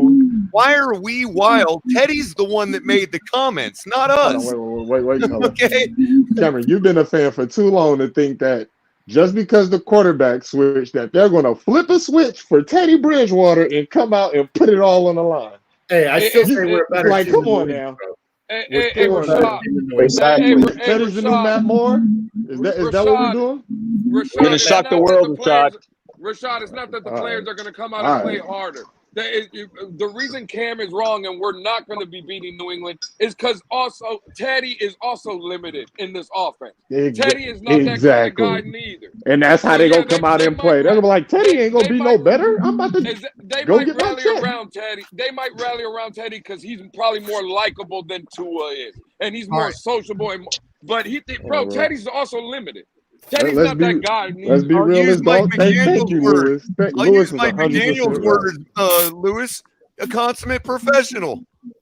Man, come on, bro. But look at all the work. Look at all the words that Teddy Coach been in McDaniel has praised about Teddy Tua been in concussion Tagovailoa. protocol for the last 3 months. He's a professional. Get out of here. Me and you know how we both feel. I mean, if you're cherry picking when you want to believe the platitudes that come out of head coach's mouth at press conferences, then That dude played one play and been hurt He praises for 3 everybody. months.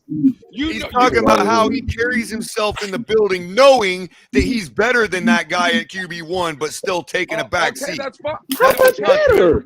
I'm not saying that. He had plenty of shots and did I'm not nothing saying with that it. Teddy might not be better than Tua. Exactly. We're going to cherry pick the that fact he's that now you think there was an actual real competition. Okay. No, there was no competition. Hey, real quick, can we say that it was an issue again in that Green Bay game, him holding onto the ball for 4.3 seconds and getting in that situation? Once again, he's holding onto the ball way too long. And that's what happened to Tua. Teddy needs to think, all right, well, I got enough time. Let me just make it simple. Go after Gesicki. Try to make it simplistic right now, bro. Don't overthink it. Get the running backs involved. If y'all think Bill Belichick is about to let Teddy Bridgewater come out there and carve up that defense, not really, Rashad. But if the real gambit is Skyler anyway, then it don't matter. Stop thinking like that, man. Hey, Color. You know what it is? Hey, Color, I get it. I see what's going on. They're trying to build it up to where Teddy has to have the perfect game. This is what they're doing. They're building it up. He just needs to be serviceable. From week one, what was it? It was our defense that won the game, right? That's not what Tua's record says. But I don't have much time. Our offense put up 13 points against Bill Belichick because the defense technically scored a touchdown. That is not what Tua's record says, Rashad. Go look at it. It's 4-0 against Bill Belichick. I know what Tua's not playing. But what was said Lewis, that wasn't Tua's win. That was the defense win. Y'all think this defense is about to go out there and shut out Bill Belichick? Hey guys, hold on. Hey Lewis, hold up. I want to answer Rashad's question. Hold on, real quick. Let me just hit the reset real quick. Miami Sports Music's #1 Miami fan morning show, Clock Blockers, right here on the Miami Sports Music Podcast Network. If you're watching right now, I need you to do 3 things. Number 1, if you're not subscribed to the channel, subscribe to the channel right now. What are you doing? Number 2, hit the like button. And number 3, donate to the channel. Donate, help the channel grow. Go ahead, Color. Sorry, man. I just Cap, you got some feedback, Cap. I wanted to answer Rashad by saying the defense effectively did shut out the Patriots in week 1. Yes, they had a touchdown scored against them, but they scored a touchdown too. So they effectively shut out the Patriots week 1. And what goes to say that can't happen again on Sunday, Color? That's what I was saying. The quarterback? I don't know. The defense. Our defense. That's my point. It ain't going to be the quarterback that determines that. I get it. But, Lewis, I heard you. I came up because of what you said. Lewis is so out of it, guys, and I hear it in his voice. But you said Teddy is limited, right? He is limited. And I'm not. Man, I don't care what none of y'all tell me. Man, Lewis, I'm not saying I disagree with you. But the question I have for you is, who is more limited, Tua or Teddy? Tua. Okay, so just that alone gives me better hope for this team moving forward. That's fine. What I'm saying is, we come out here and we play this happy-go-lucky game like Tua or like Teddy Bridgewater is going to take us to the promised land, which he's not. So my I agree, but I feel it could be Skyler. Let's start figuring out what we have to do for next year and what's the moves that we can make for next year. Because this happy-go-lucky stuff, I leave that up to y'all when y'all run y'all's panels. I don't believe in hope and luck. The only reason you can't talk about next year because there's nothing conclusive right now. Lewis, the only reason I'm not entering that discussion with you is because we don't know how the next 2 or 3 games are going to play out and whether we're going to be able to look at Skyler or not. Exactly. I mean, how do we know if we should be talking about Skyler already in your conversation if we haven't seen him play yet? I'm gonna say Tua. Lewis got a little bit of PTSD like all of us, bro. There's no PTSD in me. What I'm saying is Teddy Bridgewater is not in the future plans of the Miami Dolphins. But guess what? Teddy won't be here next year. Neither will Tua. But there's one quarterback on this team. There's one quarterback on this team. Right, but as long as that's not necessarily true. I've got to push back on that. As long as we feel the team and still have a chance to win and go somewhere in the playoffs, as long as we feel the team, we have to try to win with the best chance, the best players we can. Okay, if that doesn't work out by halftime next week, then we need to pull the plug and put Skyler in. Look here, we can lose out. We'll find that out in the first 4 minutes of the But game. Lewis, we're trying to tell you we will find out soon. We can get the 4th place schedule next year, and we'll be in the playoffs. Let Lewis go. Go ahead, Let Lewis. me respond to color because the problem is if the leash is so short on Teddy Bridgewater that we're talking about we could replace him by halftime, then we should just start Skyler.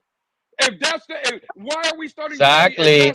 No, bro, because what we're talking about, if that lights a fire under Teddy to prove us wrong in the first half of the game, then we're lighting the Patriots up. That's true, Color. That is, Color, that's 1,000% true right there, Color. The city will be behind them in week 18. Miami Garden. Because we were supposed to light the Chargers, the Packers, and all these other teams up. And that didn't happen. But we didn't. But we had Tua playing, Crypto. So you're going to sit here and tell me that you spent all offseason saying that the gap is not there, and now it is. You spent all offseason saying Donald Duck should get us 2 more wins, but now Donald Duck can't do it. Color in your opinion, Color in your opinion, what's the gap between Teddy Bridgewater and Skylar Thompson? How far is that gap? I wouldn't know until we get a full game. I'll tell you, let me add this, Color. Let me add this, Color. 500 rushing yards and 10+ rushing touchdowns. That's the difference.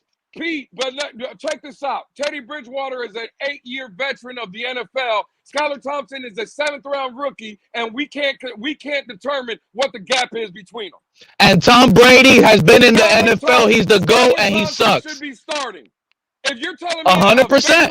a veteran in this game, and we can't tell the difference between him and a 7th-round rookie, then there's your freaking answer right there. And I was gonna say that other F word, but I forgot. Okay, but Lewis, when the Miami Dolphins had the the Steelers activated Kenny Pickett. Hold on, Color. The Steelers activated Kenny Pickett on Sunday after passing the concussion protocol on a game day, right? Teddy passed the concussion protocol before that, and Mike McDaniel still chose to start Skylar Thompson.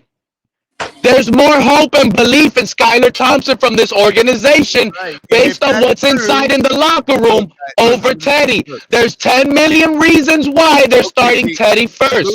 That's it. I don't know if Lewis's question was about raw talent or running an offense. Because if you're talking about raw talent, then you know I agree with you.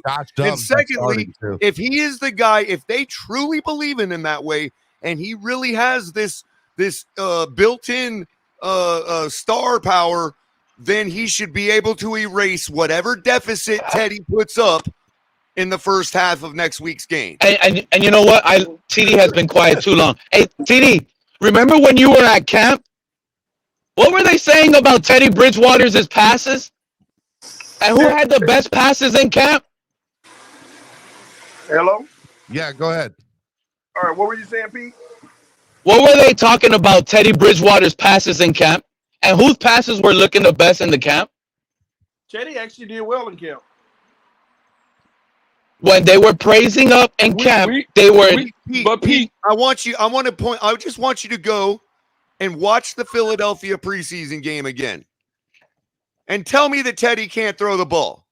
If you I don't watch need that it. game, What do you mean? If you watch He that did- game and come back here and tell me Teddy can't throw the ball, then all we have to do is go back and just go back to the Minnesota game. He came in unprepared and still threw for over I just 300. don't want to get into another divide, bro. It sounds like everybody's getting into another divide, which is the but that's the definition of problem right insanity. there. This is how we end that, Cap. This is how we end that, because what these guys know about me is that if McDaniel chooses by Sunday to start Skyler, I ain't gonna be hurt over it. Me either. Me either. But this is the problem right here with Pete's narrative, because me and Color were also and Crypto for that matter were in the building on Sunday when Skyler supposedly started against Minnesota, and we give Teddy Bridgewater all this credit. Well, he threw for 350. Don't forget about Cameron and I, Lewis. Damn, just forget about us. Steven and Cameron. That was a great tailgate. I enjoyed myself, Cameron. Thank you so much. Man, what I'm saying just straight is, forgot listen. Teddy Bridgewater threw for over 300 plus in that game, correct? All right. Well, from what I seen that first quarter that Skyler played, Skyler was throwing for 400 plus. It wasn't going to be no different. I agree. Like Teddy Bridgewater came in here. Oh my God, he did. Skyler Thompson was well on his way for throwing for 400. So what are we talking about? Wasn't that what I was predicting here that week on the show, Steven? We're making it seem like that Teddy Bridgewater came in here and did something amazing that nobody else was going to do. Skyler Thompson was about to light up that Minnesota defense, and that's a fact. I agree. And this is why I've been saying start Skyler before Teddy, but I'm not mad if we start Teddy, because as a fan, both of those guys are better than Tua. That's what matters. I heard you say that earlier, and you were kind of like not real strong in your conviction about it because you thought about it a little bit. And remember, we had this discussion back in week 2 or when Tua got hurt before, right? And I said it the same thing before. If you start Skyler first, and God forbid all the rookie stuff, everybody's concerns are true, and he flounders. Then you put Teddy in, and all of what you guys are saying about Teddy is true. Now who do we go to? Do we put the guy that just floundered back in? You can't start Skyler because that's what you brought Teddy in for. It's a bad PR move, just in case. I mean, we are playing a great defense. I mean, a lot of you see a bad PR move. It should be the best players played. You guys didn't let me finish. Now, if don't matter how much they get paid. Now, on the other token, if we start Teddy first and he fails, and then we put Skyler in and he also fails, the PR hit is going to be less because what do you do at that point? You only had the rookie to put in. It doesn't matter. We already lost our franchise quarterback anyways. He's out with concussion. First and he fails and you miss the playoffs. Then what happens when Teddy fails? You have nobody to go to and you look like an idiot to the media. No, here's the goal. Who cares? You're actually going to look like an idiot putting the veteran in, and he fails, and the rookie saves you. I don't care, but I'm not the one that makes the decision. Bro, we look like idiots now. Color, imagine starting the veteran. He fails like you see it happening, and the rookie balls out and saves it. They still look like clowns. They still made the wrong decision, starting Teddy over Skyler. Nobody's gonna. You guys know that they still they're gonna look like clowns either way it goes. Nobody. You know that, right, Crypto? Start a veteran over a rookie. Nobody Y'all is gonna don't fault see him what's for that. Y'all don't see what's happening. The stage Yeah, is being okay. set. The stage is being set for Tua's redemption. The offense, they expected to struggle this weekend without Tua, but the defense will have its best game because the Patriots' offense is horrible. And then Tua will clear protocols next week. Man, don't play with me, man. Don't play with me, bro. Don't say that. Don't put that out there, bro. Don't put that out there. Save the franchise and all is well with Tua again.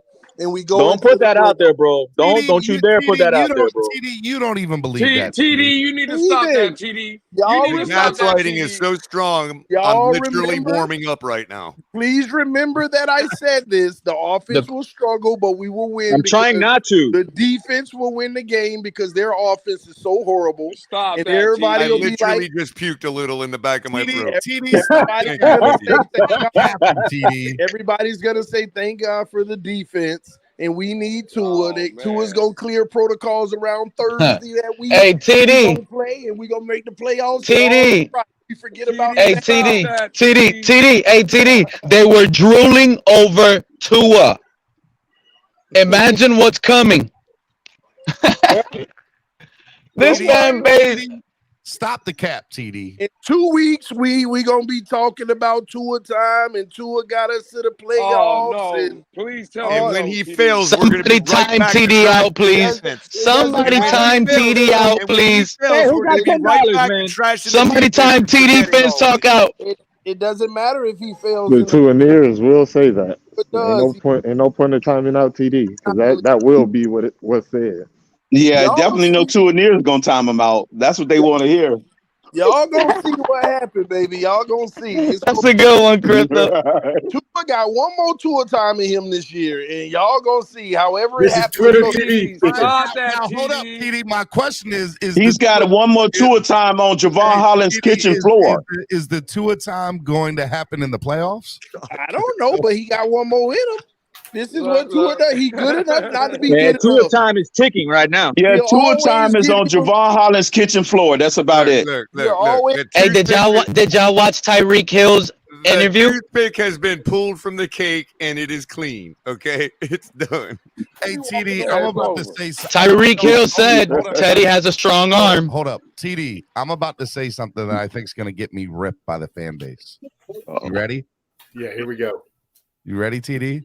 You might want to consider this, Steven. Oh no, Steven, you might want to do this privately. Nope. Private Hey, get your wallets conversations ready. save people. Everybody get your wallet ready. I think the worst thing for the future of this franchise is that if Tua wins a playoff game for this team, I think it's the worst thing for this franchise. Whoa. 1000%. Because I can top that, Steven. I can top that. He's done though, Steven. You don't have to worry about that. He really is out of here. No, Steven's logic is right because it's going to delay the inevitable. It's going to fool us again. I can top that. I can top that. Sharif about to pop up and say 7-year plan. Exactly. That will give us a 7-year plan. Yep. He has a 5-year plan. What is it? Don't die.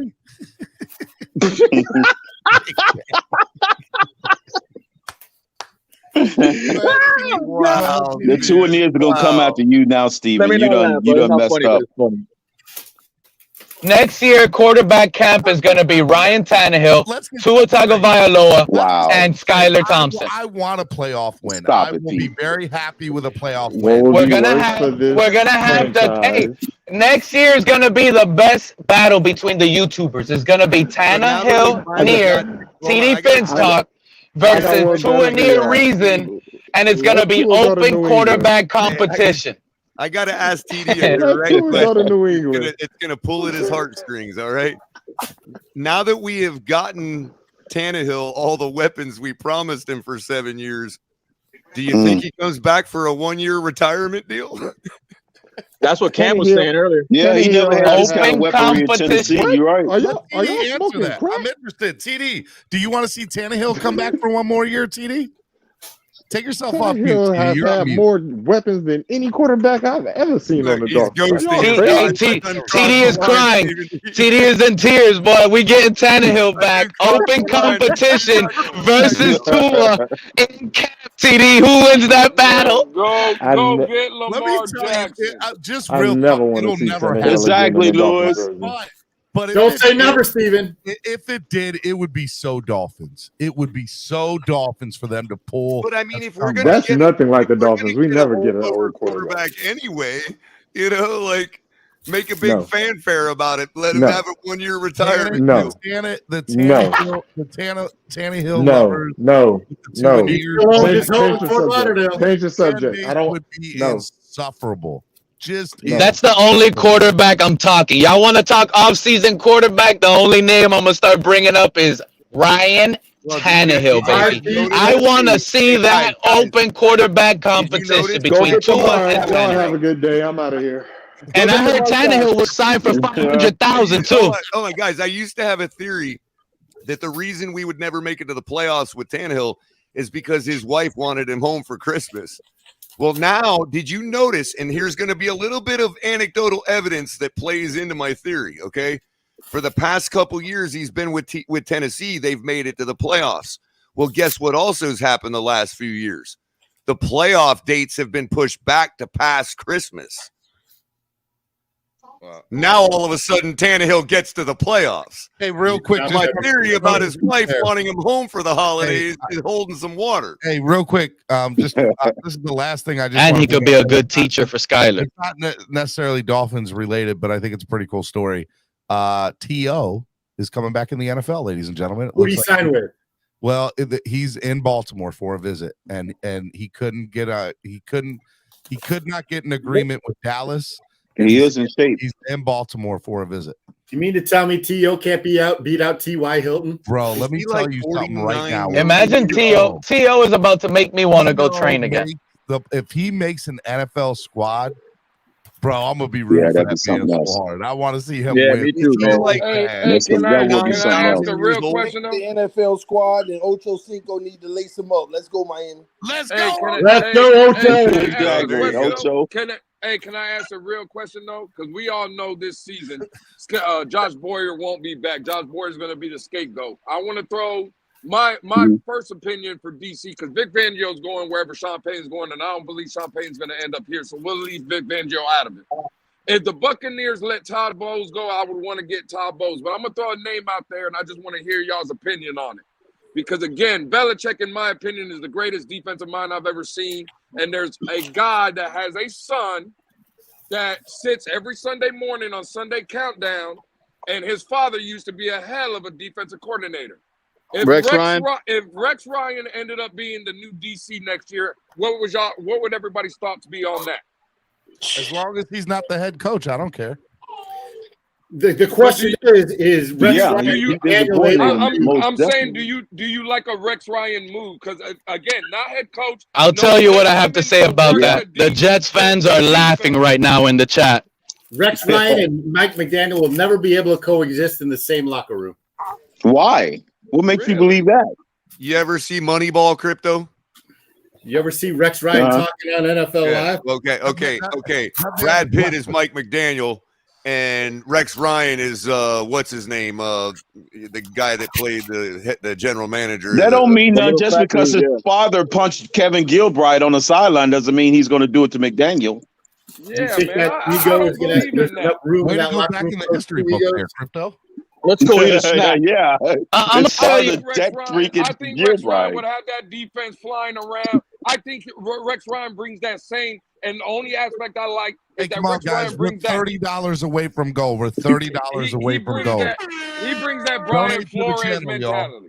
He brings that Brian Flores toughness is what Rex Ryan will bring back to this organization. Because that means definitely Tua won't be on the roster if that toughness coming back. Right now, we're soft as cotton. If you bring Rex Ryan in, at least we're going to have that tough defensive mindset. I'm telling you guys right now. What are you? That's true, Lewis. That means Tua definitely not coming back if Rex Ryan come in and brings that. You said that last year when this defense was flying around. Talking about soft as cotton with your old. Never mind. I ain't gonna say that. Hey, Stephen D. I bet you if Rex Ryan was the defensive coordinator, we wouldn't have a guy wearing a C on his chest on his living room floor crying on Instagram Live. I can bet you that. Tell me how you really feel. Tell me how you really feel about Hey, Stephen, I gotta get out of here. Hey, but can I say one last thing, Steven? TV, you can say whatever you want on my channel. Hey, listen, everybody watching, man. I just want to say this, and I mean this. I'm not trolling or anything, man. I've been watching Stephen D since he started this channel, and he's growing something big on Miami sports music. And this is officially the home for the morning show. A lot of y'all show up, show out, and y'all do y'all thing. Y'all, especially those who join the panel, y'all make it bigger and better, man. Don't forget, man, the hard work that people put in out of their day. And don't forget that a lot of y'all are at work or doing things. Y'all enjoying the show every morning. So show love when you can. Hit the like button, subscribe to the channel. And if you do have monetary support, it always goes a long way. It's big time motivation. And I'm speaking for myself right now. This ain't Steven saying this. I'm telling y'all, it goes a long way. Whenever you donate, when you show love and support, people got lives outside of this as well, and we have an opportunity to help support it. So if you can support it based off of you watching it, you pay a cable bill, you do all that, but you also watch this morning show all the time. Show some love, show some support when you can. Nobody telling you have to, but when you can, think about the things that get you through your day. And I know that Miami Sports Music, the #1 morning show, is one of those things. Love y'all. Appreciate y'all. Salute. I'm out. Well said, TD. All right, TD. And to TD's point, at the very least, it's flattering and it goes a long way to our mental health too. I'm not gonna lie, boy. I'm about to cry right there. I'm about to cry. Like that was. I'm just gonna say for my own part, when somebody buys me a coffee, it's like, wow, that dude actually thought of me. Like, you don't realize how it helps mental health too. Trust me.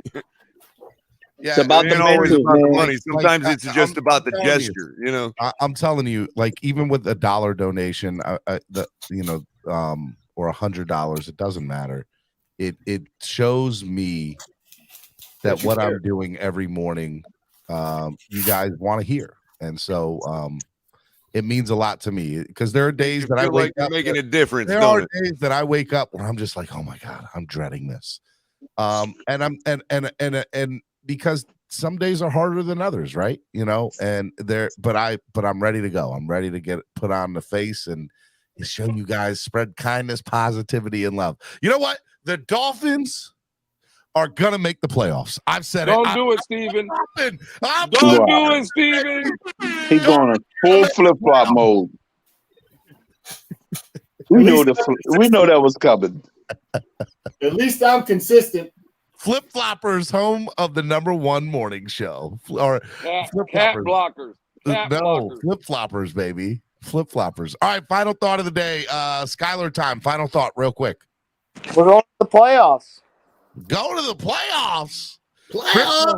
Crypto, final thought of the day. Crypto.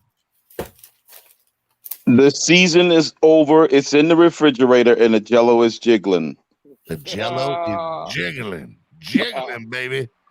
Love it, man. Appreciate it. Love you, brother. Be good. Be good, man. Love y'all, man. Y'all take care. Have a good day, Crypto. Make sure y'all are catching Crypto's upcoming show called Crypto's Kitchen, where the Jello's in the fridge and it's jiggling, and the hot dogs are on the grill. The toothpick has been pulled from the cake and it's clean. That was funny, Color. You know, I mean, the crock is in the pot and it's on low. Did you say it's time to eat, guys. Let's get to the playoffs. Y'all have a good one. See you, Color. See you, Color. Be good, brother. Cap for life. Final thought of the day, Cap. I got the pub subs, bro. Let's do this, man. That's it. I was waiting victory, for more. baby, victory. Victory. He's halfway through that sandwich. Lewis, my brother. Final thought of the day. Doom and gloom is here, fellas. It's over. All right, and I don't know how to spell over, but it sounds good. Over.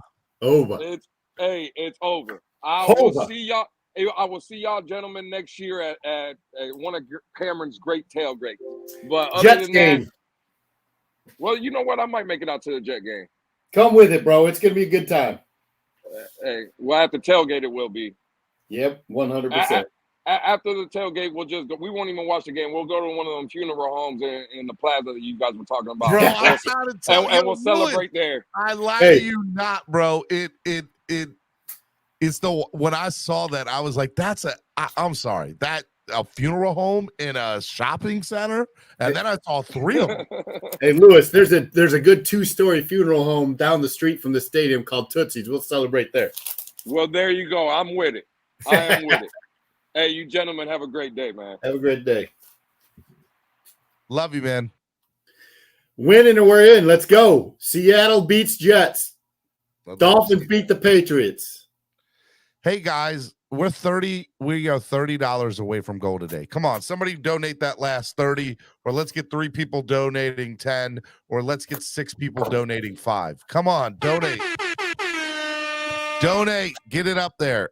Cameron, really final thought of the day now, Cameron. Great conversation today, man. Awesome feedback. Awesome back and forth, man.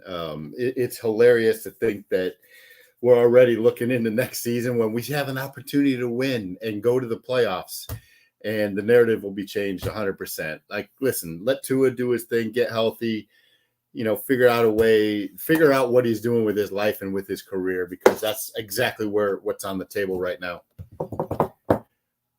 But I'm a Dolphin fan through and through, bro. And I'm expecting us to win with Teddy Two Gloves in our defense. And I think, Wilson and Mostert have a good game running against this defense. And I got faith in the team, bro. I mean, listen, I want to go to a playoff game, and let's make it happen. I want to go to a playoff game too. A Dolphin playoff game. Huh? A Dolphin playoff game. A Dolphins playoff game. Yes, that exactly right. I want to say thank you for everybody who came on today. Even if we don't reach our goal for the day, everybody who did donate today, I really appreciate that. Man, what TD said was real. That what? Which part? Like,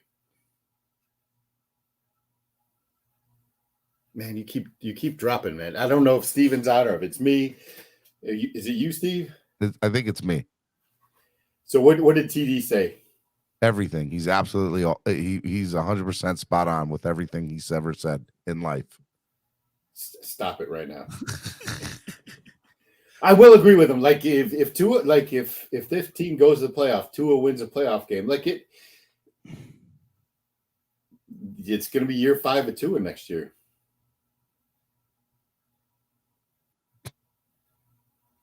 It is you. You want me to cut the plug on this? All right. Clock Blockers. Home of the #1 morning show on YouTube. Steven's frozen up like a fish in Crypto's freezer. So until next time, we'll see you guys. I don't even know how to edit the show and finish the show with the songs. Let me see if I can do it. But that's it for today. Recordings. And we'll say see you tomorrow. Later, guys.